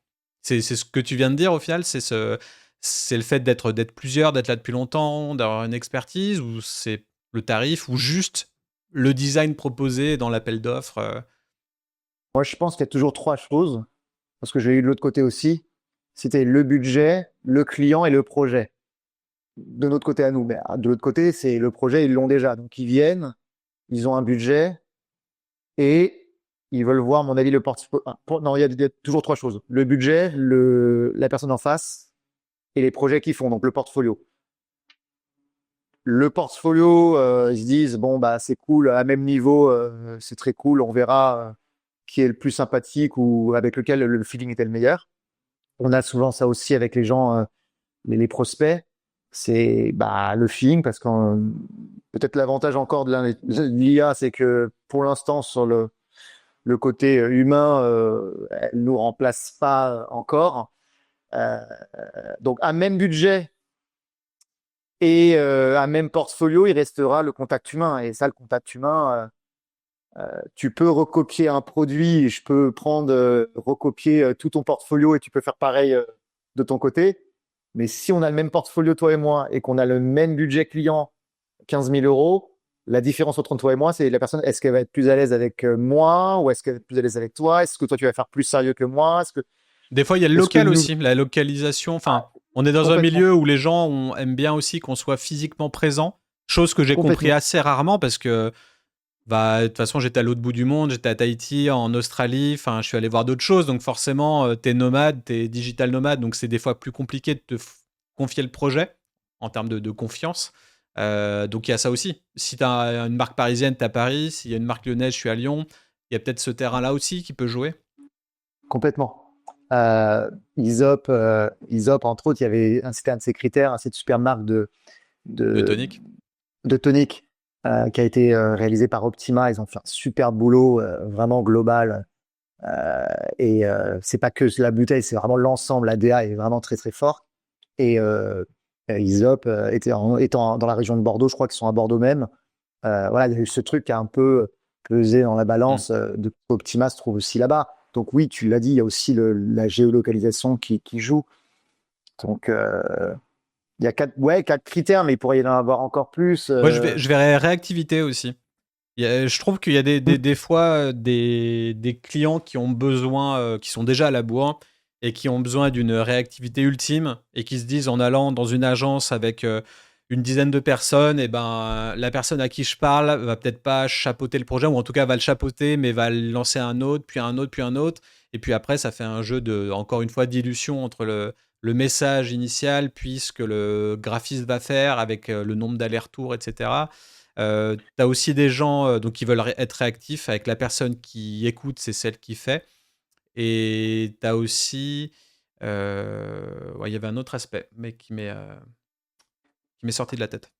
J'en trouve un, mais je sais pas comment l'appeler. C'est aussi, on l'a eu quelques fois. C'est la relation que tu vas avoir dans le projet. C'est est-ce que tu vas être tu sens que tu vas être en co-construction avec ton prestataire. Est-ce que tu vas être en domination, parce que tu as des clients qui viennent, qui te disent, moi je sais, j'ai une marque de bière, je sais absolument ce que je veux graphiquement, voilà ce que je veux et c'est comme ça que je le veux. Et ils veulent un prestataire comme tu ferais venir un mec pour te couler une dalle de béton. Mm. Puis d'autres qui, au contraire, se disent, je veux créer une marque, par contre, je m'en remets à votre expertise.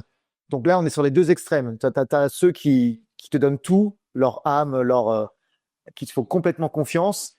Et puis tu as ceux qui te disent, voilà ce que je veux, j'ai fait un croquis, c'est comme. Et en fonction des différents acteurs en face, ils se rendent compte qu'ils vont peut-être pas avoir ce qu'ils veulent. Ils se disent, bah tiens, là, eux, non, ils sont peut-être trop gros pour moi, ils vont être un peu trop relous parce qu'ils vont pas me laisser faire mon truc. Bah, dans ce cas-là, tu te prends un graphiste freelance sorti de l'école ou même un étudiant, un très bon étudiant, Tu et vas tu sur fais. Behance et tu fais ton price Ouais, shopping sur Behance. exactement. Et il n'y a rien de mal, hein. De toute façon, c'est vraiment pas péjoratif. C'est vraiment, Ah ouais. encore une fois, c'est des stratégies. Il n'y a pas de bien, pas bien dans ce que je dis. Évidemment, si tu veux faire une marque assez forte, assez puissante, ben, il faut, comme je le disais, faire appel à des gens qui sont largement meilleurs que toi dans tous les domaines. Après, ça coûte de l'argent, hein, c'est certain. Et il y a beaucoup de projets pour lesquels vous dites non, au final. Beaucoup. Parce qu'on est Je dans un dirais non. marché qui part un petit peu en live. Là, ça fait 2 ans que c'est un peu la galère avec la filière, les prix des matières premières, les guerres. Enfin, bon, c'est compliqué pour tout le monde, mais en particulier pour le secteur boisson. C'est difficile du coup de dire non dans ces périodes de vache maigre. Mais pour autant, il y a des fois, bah, comme tu dis, des gens qui veulent te micromanager alors que c'est toi le spécialiste. Moi, ça, concrètement, j'en prends plus. Et c'est pour ça que je me suis niché là-dedans. C'est qu'avant, j'avais Studio Black Sounds était une agence généraliste. J'ai travaillé avec une soixantaine de clients de tous bords. Et j'en ai vu. Et j'ai vu quasiment que de ça. Et c'est pour ça que je me suis dit, OK, si tu te spécialises, les gens viendront pour ton expertise et t'écouteront enfin. Tu vois. Bon, au début, j'avais un peu l'ego trip du graphiste qui pense avoir la science infuse. Ça a fait son temps pendant 10 piges. Et puis maintenant, voilà, tu as la spécialisation qui prend le dessus.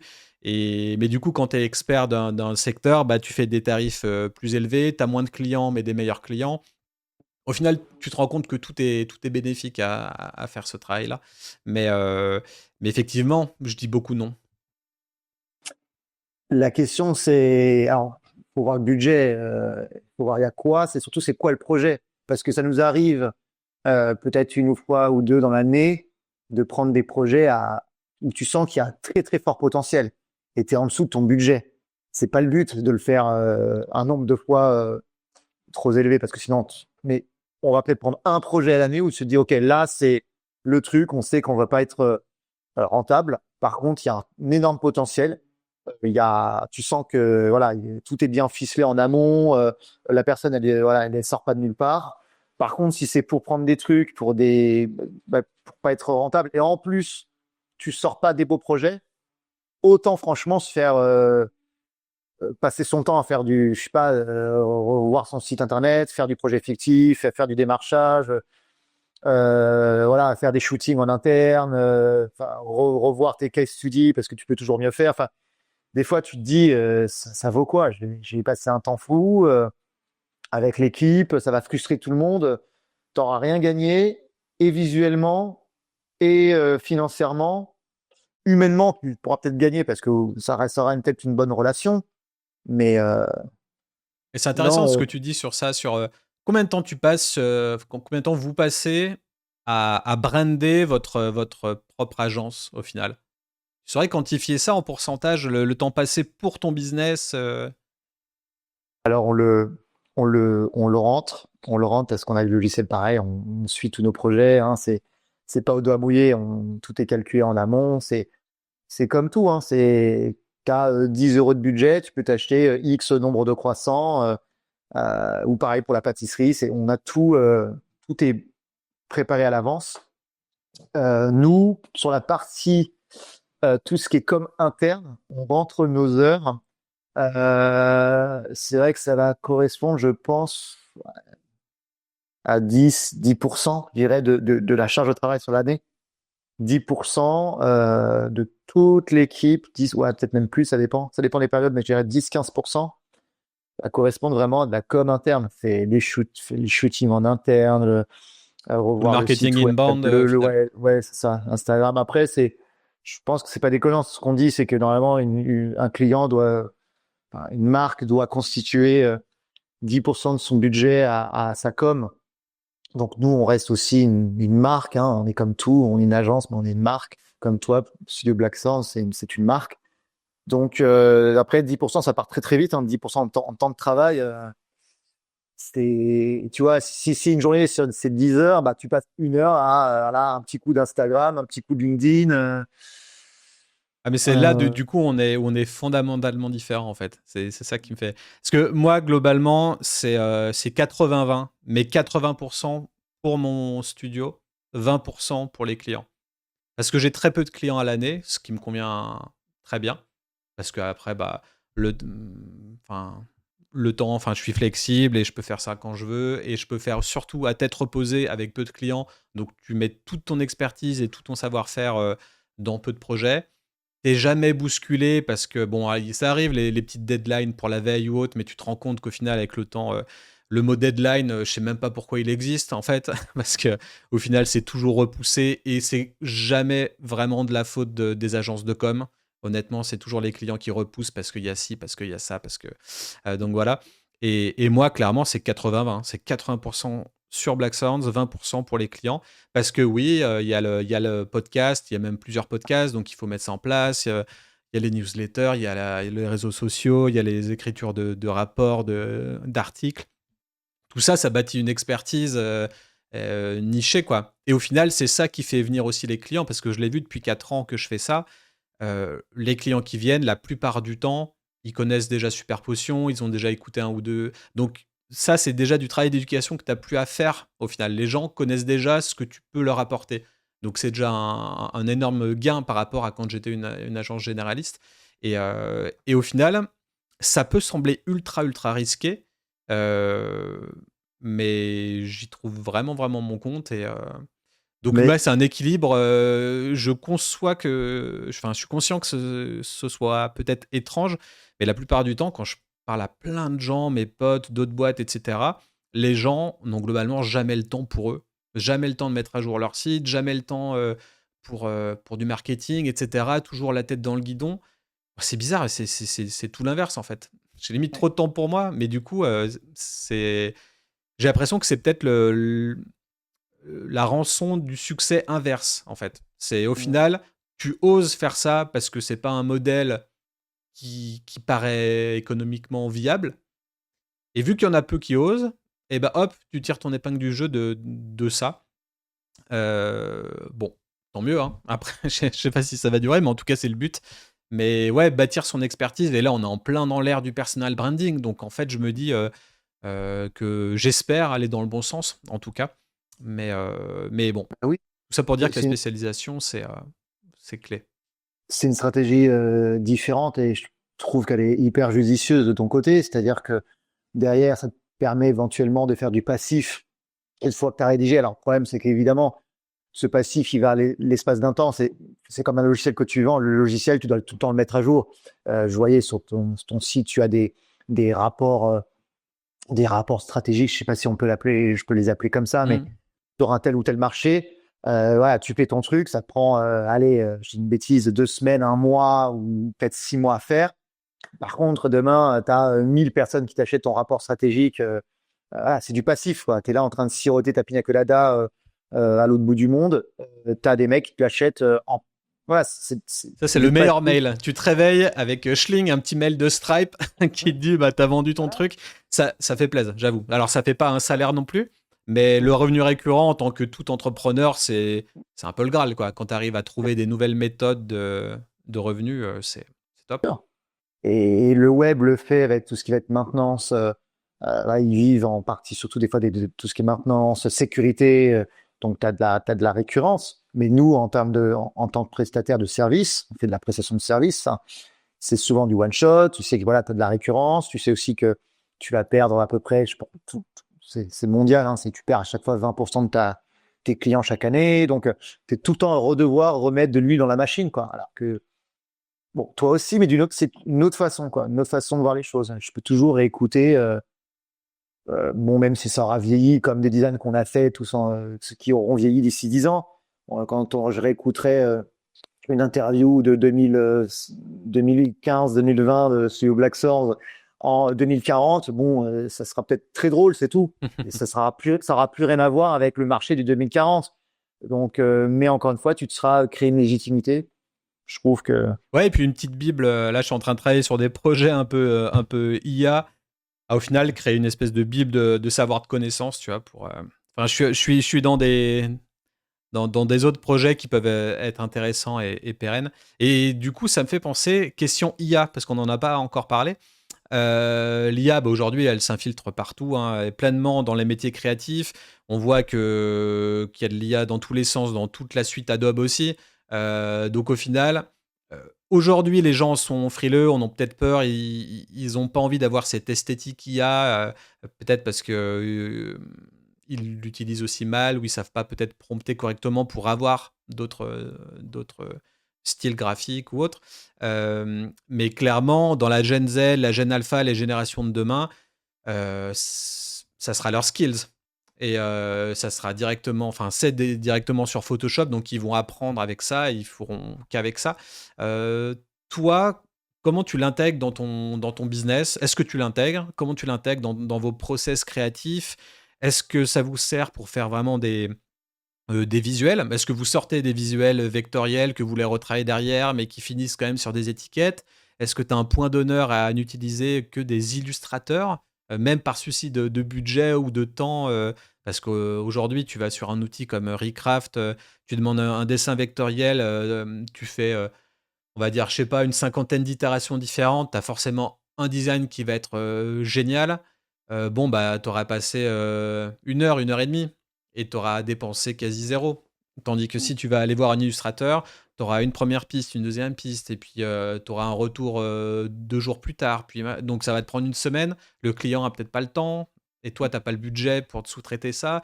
Donc bon, enfin voilà, on arrive dans ce monde-là. Donc qu'est-ce qui se passe chez Studio Blackthorn, Bohème, pardon, euh, au niveau de chez, l'IA? chez nous deux, hein, ça peut. De toute Chez nous deux. façon, t'en as déjà parlé, parce que je sais que je suis vos échanges avec ton compère Frédéric. Nous, chez nous, donc on s'y met. Alors de manière générale, on essaie de s'y mettre parce que l'IA, c'est dans la partie évidemment illustration, design, puis tu as la partie aussi derrière tout ce qui va être gestion d'une entreprise en fait. Les comptes rendus quand tu es en rendez-vous client, de pas avoir à réécrire à la main 1 heure et demie de compte rendu, enfin toutes ces choses-là. On est au balbutiement de tout ça, en tout cas, c'est le début, il faut s'y mettre le plus vite possible. Nous, on s'y met. On n'est pas encore expert, hein, très clairement. Loin de là, je ne sais pas si on le sera un jour. Sur la partie artistique, moi, j'ai mon avis, ça ne m'empêche pas de me mettre sur l'IA avec les équipes. On se met dessus sur sur de l'illustration. Alors, on a eu un sujet. Tu te rends compte que l'IA, c'est bien, ça demande quand même à maîtriser les prompts, ça demande à quand même être un très bon technicien. Au-delà même d'un très bon technicien, là, technicien Photoshop pour ce qui va être par exemple des illustrations de plantes. Ok, tu demandes à l'IA de faire une menthe, elle te l'a fait, il y a pas de sujet. Bon, tu l'avais exactement dans ce truc-là et tout. Il faut peut-être lui donner le dessin parfait en noir pour lui dire voilà, mon dessin, je veux que tu le calques parfaitement sur une représentation de menthe. Ok, bon, c'est obligé déjà à savoir un peu dessiner ou reprendre une illustration noir et blanc que tu as trouvée sur Internet pour donner à ton IA pour qu'elle te refasse le côté hyper réaliste. Bah, ce qu'un graphiste fait. Pour moi, un graphiste, c'est quelqu'un qui fait du collage. C'est pas vraiment un illustrateur, c'est encore deux choses différentes. Et en tout cas, dans mon background de graphiste, avant, je faisais du collage sur Photoshop. Maintenant, c'est juste plus simple avec l'IA. Et notamment, en plus, avec GPT-4o, Image Generation, là, qui te permet clairement de faire du Photoshop en parlant. Et ça itère et puis ça change en fonction. Et pardon, je t'ai coupé sur ça, ouais. Non, je t'en prie, tu as complètement raison. Tu as des mecs, Chad Michael, pas Chad Michael, Overa, Rémi, qui fait beaucoup de collage. Je sais qu'il maîtrise l'illustration, mais il fait pas mal de choses en collage. D'ailleurs, c'est ce que fait Sir Abdam Twami sur Okissi d'Universal Bully, où il reprend des illustrations tombées dans le droit public. Et il les remet au goût du jour, il les retravaille, il fait du collage, c'est super. Donc là, je pense que ce qu'on fait aujourd'hui en tant que artiste et enfin designer et tout ce qu'on veut, c'est pouvoir utiliser un outil. Évidemment, ça fait perdre des boulots, comme pour les traducteurs et tout plein d'autres types de travail. Un peu tous les jobs de partout. Tous les jobs. Je suis convaincu que les meilleurs et ceux qui prennent le train en route, il n'y aura pas de sujet, ça restera un superbe outil. Au même titre que quand on a commencé à voir les mock-ups arriver, tout le monde s'est dit « Ah, mais c'est fini, on pourra vendre des très belles bouteilles. » Parce qu'en fait, il y a des mock-ups et en fait, tu prends ton étiquette et tu la fous sur ton mock-up. Donc, voilà, on sait ce que c'est que le mock-up. Mais le template photo voilà, sur... un template photo, c'était un logiciel Photoshop, enfin, une espèce de petit fichier Photoshop et il y avait marqué un calque « Insert your design here » et en fait... mais tu n'avais aucune compréhension du volume de la bouteille, ton truc n'était pas réalisable, pas faisable. On me dira aussi, évidemment, à juste titre que oui, mais ça, l'IA te le calculera, Ok, mais en attendant, faut quand même avoir conscience de ton métier, de comprendre ton métier. Et je trouve qu'aujourd'hui, je l'ai vu aussi avec les étudiants qui font des très beaux mock-ups, mais tu leur demandes la tête de l'étiquette, ils la connaissent pas. Ils te sortent des détails qui sont pas les bonnes. En fait, c'est comme moi avec un GPS. Moi, tu m'enlèves Waze, je suis incapable de me diriger avec une bagnole. Voilà, je sais pas. Et aujourd'hui, je pense que l'IA, c'est bien, ça nous aide, mais il faut que ça reste un outil. Parce que quand tu demandes à ton IA de te faire une plante spécifique où tu as très peu d'images, nous, c'est des sujets qui nous arrivent. Hein. Faire une menthe, tu retrouves 1 million de visuels sur le net. Va faire une plante spécifique dont les seules représentations, c'est des espèces de trucs d'inventaire d'époque. Et toi, tu veux cette plante en réel, mais elle n'existe plus. Enfin, et là, ça devient des galères. Donc, si tu maîtrises pas un maximum Photoshop et la construction et t'es pas un peu smart, tu vas vite galérer et tu te retrouves à galérer de fou avec l'IA, quoi. Alors qu'un illustrateur t'aurait fait un truc plus rapidement pour le coup. C'est vrai qu'il y a des... ouais, il y a différents cas de figure qui... Mais ouais. Je pense... Ça rend flemmard. Ça rend bien flemmard et des fois, tu te retrouves bloqué. Mais comme le mock-up. Le mock-up, si tu n'as pas la bouteille spécifique à ton mock-up, et des fois, on fait ça parce qu'on a une bouteille standard d'un kombucha, d'un truc. Le pire, c'est la bouteille 75 de bière, la classique qui est partout. On la trouve pas, celle-là, en mock-up. J'avoue, c'est galère. Ouais, mais récemment, c'était ça. Il y a 2-3 semaines, on cherchait une bouteille classique et je dis, mais c'est fou qu'elle soit pas en mock-up. Et tu vois, là, c'est juste, on parle d'un mock-up. C'est des trucs qui existent depuis 20 ans. Donc, j'avais vu une trend qui passait comme quoi ceux qui font les mock-ups sont bâtisseurs de trend pour les graphic designers. J'avais lu ça passer parce qu'au final, tous les graphistes utilisent des mock-ups pour mettre en place leur site web avec leurs belles études de cas. Et je suppose que tu l'as fait, je l'ai fait, et que tous ceux qui nous écoutent aujourd'hui le font. Donc comme quoi, ouais, ceux qui font des mock-ups auraient été les précurseurs des trends de demain dans le design graphique. C'est intéressant de penser ça. C'est vrai que moi, je vois le mock-up comme un élément où il n'y a rien dessus. Quand tu vois mock-up, tu as des mock-ups enfin, t'as Des manières de des photos de présenter. typo, des manières de présenter. T'as raison, c'est vrai, t'as raison sur la manière de présenter. Après, c'est vrai que le souci, tu te retrouves avec 1 milliard de fois le même mock-up. Euh, Mm. et c'est là où ça fait. Après, c'est entre nous qu'on le sait. Le client, il est un peu estomaqué, mais c'est aussi le problème, c'est que tu crées des marques creuses, quoi. Et j'ai vu, moi, surtout avec les étudiants, parce que, enfin, c'est pas du tout dire, ah, c'est les étudiants, c'est pas ça. Je l'ai été, j'ai fait les mêmes bêtises. C'est qu'en fait, tu te retrouves avec des projets qui sont très rapidement beaux, mais alors il n'y a rien. Tu creuses 2 secondes, il n'y a pas d'idée forte derrière. C'est une belle police qu'ils ont été prendre sur Creative Market Display. Ils l'ont foutu. La bouteille, c'est une petite bouteille ambrée que tu trouves pareil sur Creative Market si tu n'as pas envie de t'embêter. Et du coup, en fait, comme les mecs s'embêtent pas, ils prennent les 2-3 premières pages de Creative Market et ils se retrouvent avec les mêmes projets. Le pire, c'est la cosmétique. Cosmétique, c'est royal. Les bougies sur les projets Ou de jeunes les graphistes. pipettes ou les trucs. C'est ça. Non, c'est Mais clair. après, je comprends, c'est des budgets. Enfin, faire ces trucs soi-même, c'est un peu plus long, mais vaut mieux faire un shooting un peu moins beau solo chez soi que peut-être des fois prendre des. Puis tu comprends pas la photographie en prenant des mock-ups. Moi, je faisais des shootings photos à 21 ans, 22 ans, tout seul, en apprenant, en faisant des trucs merdiques au départ. Et par contre, tu apprends la lumière, tu apprends les photos, tu refais. Et aujourd'hui, je sais driver une séance de shooting photo. Et c'est ça qui fait la diff aussi dans les prompts IA plus intéressants. C'est qu'au final, par exemple, quand on pense à Midjourney, il faut avoir ce langage de photographe si on veut avoir des belles photos avec tel ou tel angle, telle ou telle caméra, son objectif, tel type de lumière. Et au final, quand tu maîtrises tout ça et que tu les mets à la suite avec des virgules, tu arrives à un rendu qui est vraiment parfait et semblable à ce que tu aurais souhaité, en tout cas.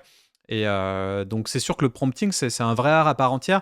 Et au final, je dis flemmard pour ceux qui utilisent Léa, je dis ça juste avant, mais en fait, je me fais l'avocat du diable parce que j'utilise énormément et que je sais qu'au final, c'est tout sauf de la flemme parce que pour générer un visuel, je sais pas, d'un animal qu'on veut d'une certaine posture, je vais en générer une centaine, 150. Donc après, va faire la sélection sur 150, puis arriver à prendre une en mettant la queue de l'autre. Donc après, tu retournes sur Photoshop, tu fais ton mix max, et puis après, tu réinjectes ce nouveau fichier dans l'IA pour qu'il te régénère une cinquantaine d'autres animales pour faire ton étiquette. Enfin, au final, c'est un vrai taf de graphiste DA, quoi, quand on y pense. Et on se rend compte que que l'IA est un outil.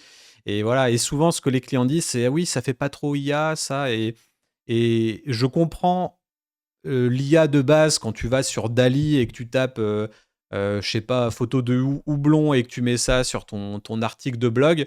Là, je trouve ça un peu naze. Et surtout quand je vois des gens qui font des images avec des bouteilles et des étiquettes, que la typo elle est marquée à l'arrache, que c'est dégueulasse et que ça n'a pas été retravaillé derrière, que les gens mettent ça sur leur com définitive. Je fais, je sais pas, mec ou meuf, change juste la typo vite fait sur Photoshop pour pas que ça soit marqué Rome avec un E à la fin. Et enfin, juste des fois, les gens, tu dis, ah ouais, là, il a vraiment eu la flemme, quoi. Mais donc, tu vois, juste pour finir un petit peu ça. Mais, et en fait, non, là, je pense que les clients aujourd'hui se disent ça parce que on parle que de ça et on voit plein de choses IA, sauf que l'IA, elle sait faire tous les styles possibles en illustratif. En tout cas, quasiment tous, 95-16%. Et si tu lui donnes les images de référence, ils sauront globalement le reproduire. Donc l'esthétique qu'il y a, si tu sais bien prompter, je trouve que c'est pas un sujet, en fait. Et après, le sujet, c'est est-ce que ton produit va être acheté, quoi. Ça, c'est la première des choses. Donc bon, est-ce que ta cible va être en résonance avec ça? Donc bon, mais bon, ça, c'est un grand débat. Mais en tout cas, pour d'autres questions que le design graphique, ouais, vous l'utilisez pour demander des choses dans votre business, pour gérer la boîte, je sais pas, comment gérer des employés. Enfin, il peut y avoir plein de sujets, quoi. Oui, oui. Sur la dernière remarque, non, parce que bon là c'est. Mais sur la gérer l'employé, demander à ChatGPT, non, je pense que là c'est mieux de se prendre une petite formation. Mais oui, oui, pour obtenir des chiffres, des choses. Encore une fois, hein, des fois faut lui faire trianguler les choses parce qu'en fait il te sort euh, il te sort des trucs contradictoires. Où la ref n'est pas forcément très bonne non plus. C'est-à-dire que tu vas voir le site, puis tu dis, oh là, attends, c'est quoi ce site? Est-ce que tu peux me donner des références un peu plus peut-être sérieuses? Mais oui, on l'utilise, hein, ChatGPT, une journée avant, Firefly, ça dépend. Voilà, ça dépend des besoins. Mais ça demande, tu l'as dit, ça demande une maîtrise en fait. Si je veux un plan comme le tien là, je vais dire, bah attends, je voudrais un bokeh en arrière-plan. Bon, déjà, le mot bokeh, faut l'avoir. Alors, tu dis, je veux un flou d'arrière-plan. Et c'est quoi ton flou d'arrière-plan? Bah, je vais utiliser un 50 mm. Ah ouais, d'accord. Donc, 50 mm, c'est quoi 50 mm? Si tu connais pas la photo, c'est compliqué. F Donc, 2.8, si les gens se voilà, demandent voilà, en exactement. ouverture. Et donc, l'IA, en tout cas, pour bien maîtriser tous les points, si on peut dire ça, les points design, ça demande quand même des connaissances, tu vois, assez poussées, quoi, pour On en revient juste la photo. ouais, au fait d'éduquer les jeunes générations par des vraies choses avant de tout mettre sur IA et de laisser faire en espérant que le résultat. Parce que le résultat sera toujours top, en fait. Mais il sera jamais celui auquel on a pensé. Donc c'est ça qui nous biaise un petit peu. C'est que tu arrives, tu as des choses en tête, t'as tes concepts illustratifs ou créatifs. Tu vas le taper dans l'IA, il va te sortir un truc totalement différent. Mais vu que ça sera stylé, tu vas dire ah bah en fait c'est bien, du coup prenons ce qu'il a fait quoi. Alors qu'au final ton concept à toi il n'est pas utilisé, il reste au fond de ta tête et c'est dommage. Donc c'est vrai qu'il faut arriver à faire la part des choses. Puis des fois, ils sont souvent, je sais pas si c'est notre agent qui est peut-être configuré un peu comme ça, mais il est un peu trop d'accord avec nous. Oui. Et tu vois, et la force qu'on a avec Andy, c'est qu'on est souvent, on n'est pas d'accord. Et ça nous travaille, tu vois. Et pourquoi? Et tout ça, quand l'IA te dit, ah ouais, c'est cool, tu pourrais faire comme ça. Ah ouais, c'est cool, tu pourrais faire comme ça. Mais tu trouves pas qu'en fait, on devrait faire comme ça? Ah ouais, t'as complètement raison. Et en fait, t'as tout le temps raison. Ouais. Et c'est, ouais, moi, je le ressens comme ça. Peut-être que toi, t'as pas la même de ton côté. Peut-être que Si, il y a ça que nous, m'arrive. mais Il y a même des fois où je lui dis non, mais là, tu me réponds pour me faire plaisir, reprends tout et fais ton propre jugement parce que des fois, c'est horrible. Mais il y a certains modèles qui disent oui à tout. Donc, bon, les modèles les plus connus sont ceux qui disent oui à tout parce qu'ils sont censurés, qui sont pas vocation à aller à l'encontre. Donc, il faut utiliser aussi des fois d'autres modèles, peut-être plus open source, etc. Mais ça, on arrive dans des discussions autres. Là, on arrive, ouais, on a fait un bel épisode. J'avais peut-être encore deux questions, si tu as encore dispo. Ouais. très rapide, bien sûr. Je t'en prie. Oui, c'est pour toi, hein, Oh, très rapide. ça sera jamais très rapide, mais refondre une identité existante, c'est souvent délicat. Quel est le plus grand défi que vous rencontrez lorsque vous abordez un projet de rebranding pour une marque de boisson déjà établie? C'est quoi la chose la plus difficile? La justesse créative. Est-ce que ce qui est trop loin pour moi, c'est peut-être pas assez loin pour le client, ou inversement? C'est surtout si c'est un rebranding. Donc rebranding, tu remets généralement un peu au goût du jour, quelque chose qui est un peu daté.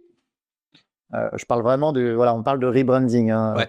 Euh, bon, tu vois, par exemple, l'exemple que je donnais sur Glenmorangie, c'est assez couillu parce que les mecs changent complètement les couleurs. Enfin, complètement. Le orange devient orange très pétant. C'est pas un petit jeu subtil, quoi. C'est un vrai sacré rebranding ou voilà. L'enjeu, en tout cas, de notre côté, même d'un point de vue du client, c'est jusqu'où tu vas.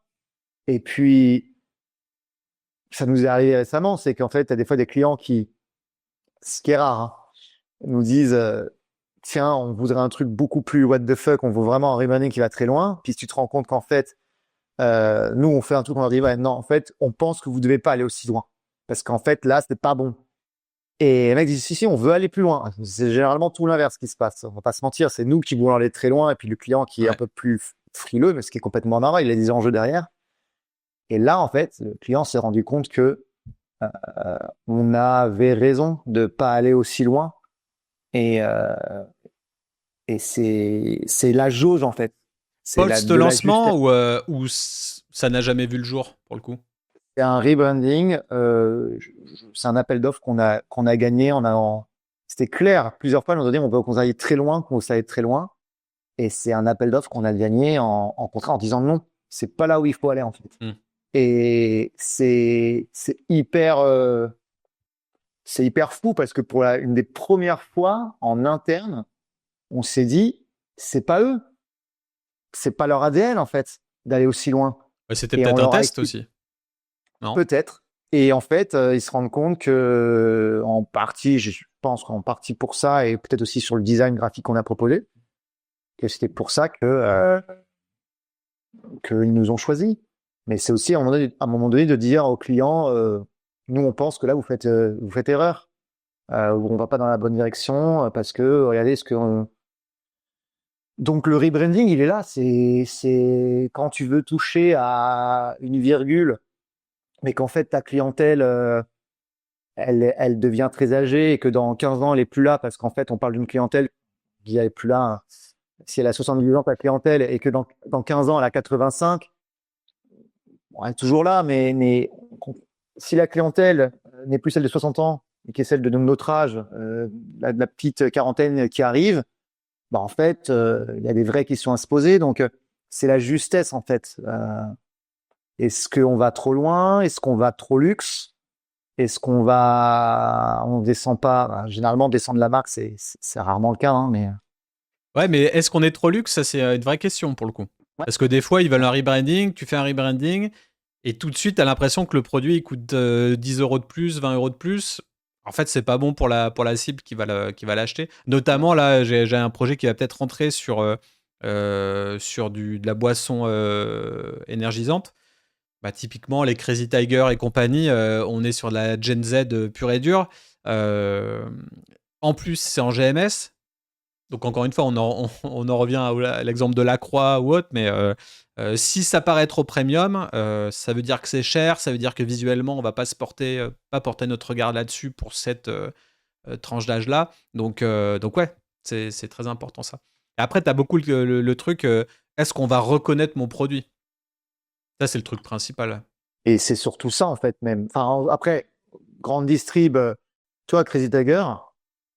Moi, personnellement, ce design ne me touche pas, ça ne me plaît pas.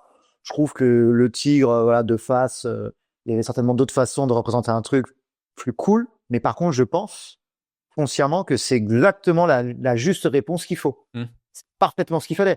En linéaire, t'as Monster et puis t'as Red Bull, mais Red Bull reste quand même un peu plus cher que les autres. Parce que Red Bull, faut se l'acheter. Bah, Red Après, Bull t'as Monster Rockstar, et puis voilà, t'as Monster et t'avais le Dog, la Dark Dog, mais ça existe quasiment plus. Et Crazy Tiger, c'est exactement ce qu'il fallait faire. Le truc hyper visible, hyper bien ciblé, très smart. on n'est pas loin du paquet de céréales quand ils pensent du Frosties Ouais. ou du. Au final, c'est une grosse mascotte avec. Alors, c'est plus une tête qu'une mascotte, mais en tout cas, voilà, c'est visible, fond noir, tête de tigre en frontal, et hop, tu le vois. Et puis voilà. Mais mémoriser le produit, c'est surtout en grande distribution. Enfin, pour moi, c'est le nerf de la guerre. Il n'y a rien de pire. Ou même sur Pinterest, hein.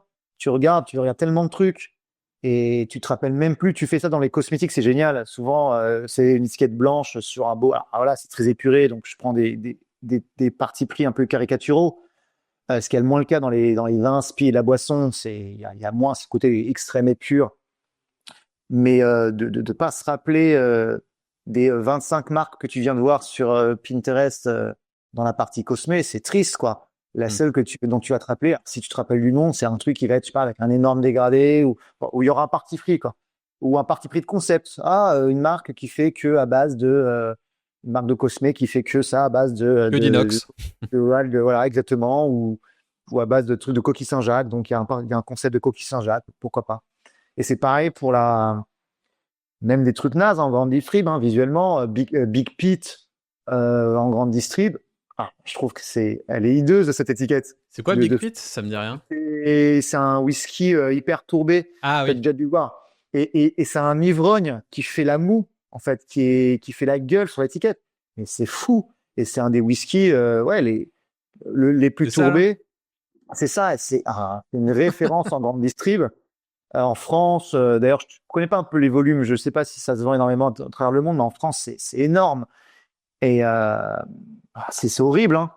Mais c'est peut-être horrible pour des designers, mais c'est peut-être pas horrible pour des gens qui ne le sont pas, quoi. Ils se disent, ouais, il y a un côté illustration, et puis le Big Pete, en gros, exactement. ouais, c'est ça. Hein. Exactement. C'est pour ça que moi, je décorrèle toujours ce que j'aime Mm. et ce qui fonctionne. Et j'aime pas, ça, c'est les boulets couleurs. Hein. Je voulais voir s'il y avait des avis là-dessus qui parlent de l'étiquette, mais non, je suis tombé sur rien. Mais c'est un bon whisky tourbé de grande distribution. C'est de la bonne cam, quoi. D'accord. Allez, avant de passer sur les 2 heures bientôt, on va finir avec cette question. Si tu devais identifier une tendance majeure qui va transformer le design des boissons ces prochaines années, pour toi, ce serait quoi? Design, hein. Design, ouais.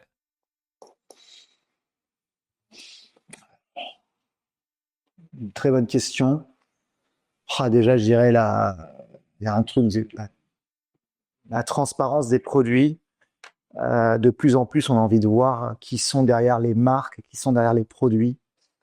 Donc Moi, le clean label, c'est ce qu'on appelle ça comme ça, je crois. ouais, c'est ça.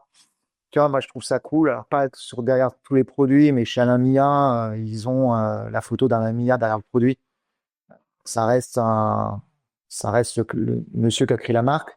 C'est un paysan à la base. C'est vraiment une vraie histoire. Pour moi, je pense que les vraies histoires on le voit partout, mais le storytelling, mais la vraie histoire dans laquelle on croit, je pense que c'est en plus qui va être en conflit un peu avec l'IA, c'est-à-dire l'IA, on saura plus ce qui est vrai et pas vrai.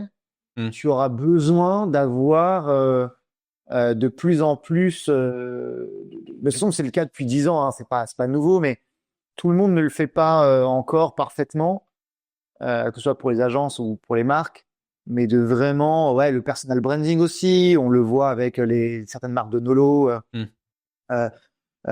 Juniper avec Valérie, enfin il y a plein de marques, elles ont leur personal branding. Je trouve ça intéressant. YOLO, pour moi, je pense direct. YOLO, Quand YOLO. je pense entrepreneuriat, personal branding et boisson, je pense à elles parce qu'elles ont bien arrivé à trouver leur image avec leurs couleurs pop, vives, leur bob, etc. Enfin, elles ont compris le market, quoi. C'est comme la politique qui arrive toujours avec sa veste verte, là, je me rappelle plus son nom, mais dans l'écologie, quoi. Enfin, c'est des gens comme ça qui connaissent le branding et qui ont le petit caractère distinctif qui fait qu'ils seront reconnaissables. Et des fois, c'est juste ça, être différenciant. C'est pas forcément changer la roue, révolutionner le monde, changer de typologie de produit, innover. Des fois, c'est juste faire la même chose avec un signe distinctif différent. Et puis, tu vois, typiquement, c'est pour ça que j'ai fait un logo black metal pour mon agence de com. Parce que personne le fait. C'est pas bien d'avoir un logo illisible. Bah voilà. Vu que c'est pas bien, je le fais. Hop. Et au final, j'ai encore pas vu d'autres agences le faire, donc en tout cas en France, et je pense même pas dans le monde, donc je sais pas. Donc c'est ça aussi, être différenciant, c'est assumer aussi qui on est. Donc c'est ce que tu disais en termes de personal branding et ouais, pour rebondir sur l'IA, on sait que toutes les données ont été déjà scrappées sur Internet pour entraîner tous les modèles de langage, ce qui fait que maintenant ils commencent à créer des données synthétiques, donc des fausses données qui pourraient paraître vraies pour continuer de nourrir ces IA. On a pareil des avatars et des robots, des faux profils dans tous les sens. Donc là, je ne sais pas si tu sais, mais en ce moment, c'est un peu la recrudescence à la vérification de profil sur LinkedIn, sur Facebook, sur TikTok, partout. Ils commencent tous à vérifier leur profil pour avoir la petite pastille, etc. Parce que c'est pour contrebalancer le taux de fakeitude qu'on voit sur tous ces comptes. Et du coup, avoir des données synthétiques sur Internet, des bots de partout qui font des faux profils, on a l'impression qu'Internet, dans 10 ans, c'est pourri de deepfake, de fake news, de robots et de blogs IA pour les IA. Donc, ce côté authenticité, je trouve, va revenir en force, à mon avis. Et peut-être qu'on va ressortir dehors, tout simplement. Je pense que ça va être la contrebalance, enfin, l'effet balancier de l'IA. Tu vas être obligé de revenir à de l'humain, à de la transparence, à de l'accompagnement. Et puis pour autant, tu vois, hein, pareil pour les sites web à l'époque, on se disait, ah, tiens, WordPress, machin, Wix. Pour autant, il y a toujours des gens qui sont accompagnés pour de la qualité sur des sites parce qu'ils peuvent pas s'en charger, parce qu'ils veulent un vrai accompagnement. Donc, tu pourras toujours, je pense, faire tes petits designs, voilà, tes petits textes, tes traductions de textes, quand les enjeux sont pas énormes.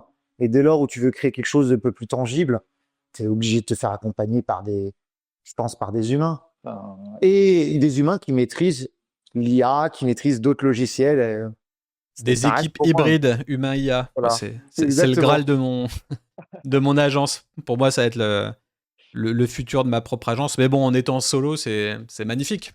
Je suis entouré de bons agents bien entraînés. Bah écoute, tu fais pas vite, tant que tu te fais pas virer par ton IA qui reprend le contrôle de ta boîte parce qu'en fait tu lui as fait signer des trucs, des machins, t'as rien vu venir. Bah si elle prend le contrôle, qu'elle garde mon chiffre d'affaires et que moi je suis à l'autre bout du monde à faire de la plongée, je suis chaud. Hein. A priori. Si elle te reverse le salaire, quoi. Ouais, c'est ça. Bon, en tout cas, c'était une très cool conversation. Franchement, honnêtement, l'une des meilleures de tous mes épisodes parce que forcément, ça me tient à cœur ce côté branding, packaging et c'était vachement porteur. J'espère que vous avez tous apprécié. C'est 2 heures de conversation type masterclass. Hein. Allez, j'ai envie de nous jeter des fleurs. On a un peu tout dit sans langue de bois, en toute transparence. Donc, j'espère que ça vous a plu. Est-ce que tu peux nous dire où te contacter pour tout nouveau projet boisson, ton site web, LinkedIn, Insta, tout ça? C'est ça, tu viens de le dire, le site web, on a vu le formulaire, si voilà, vous voulez, ça vous intéresse. Sinon, il y a LinkedIn, Alexandre Arzuman. Sinon, Instagram, de toute façon, ou par la poste, si vous voulez, ou un pigeon voyageur. Enfin, voilà. Vraiment, tout est possible. Ok, top, parfait. Bon, et ben, je te dis merci, et puis on se recroise très très vite. Merci Ludovic. Et reste en ligne. Hein. Ça roule. Allez, à toutes. Ciao, ciao.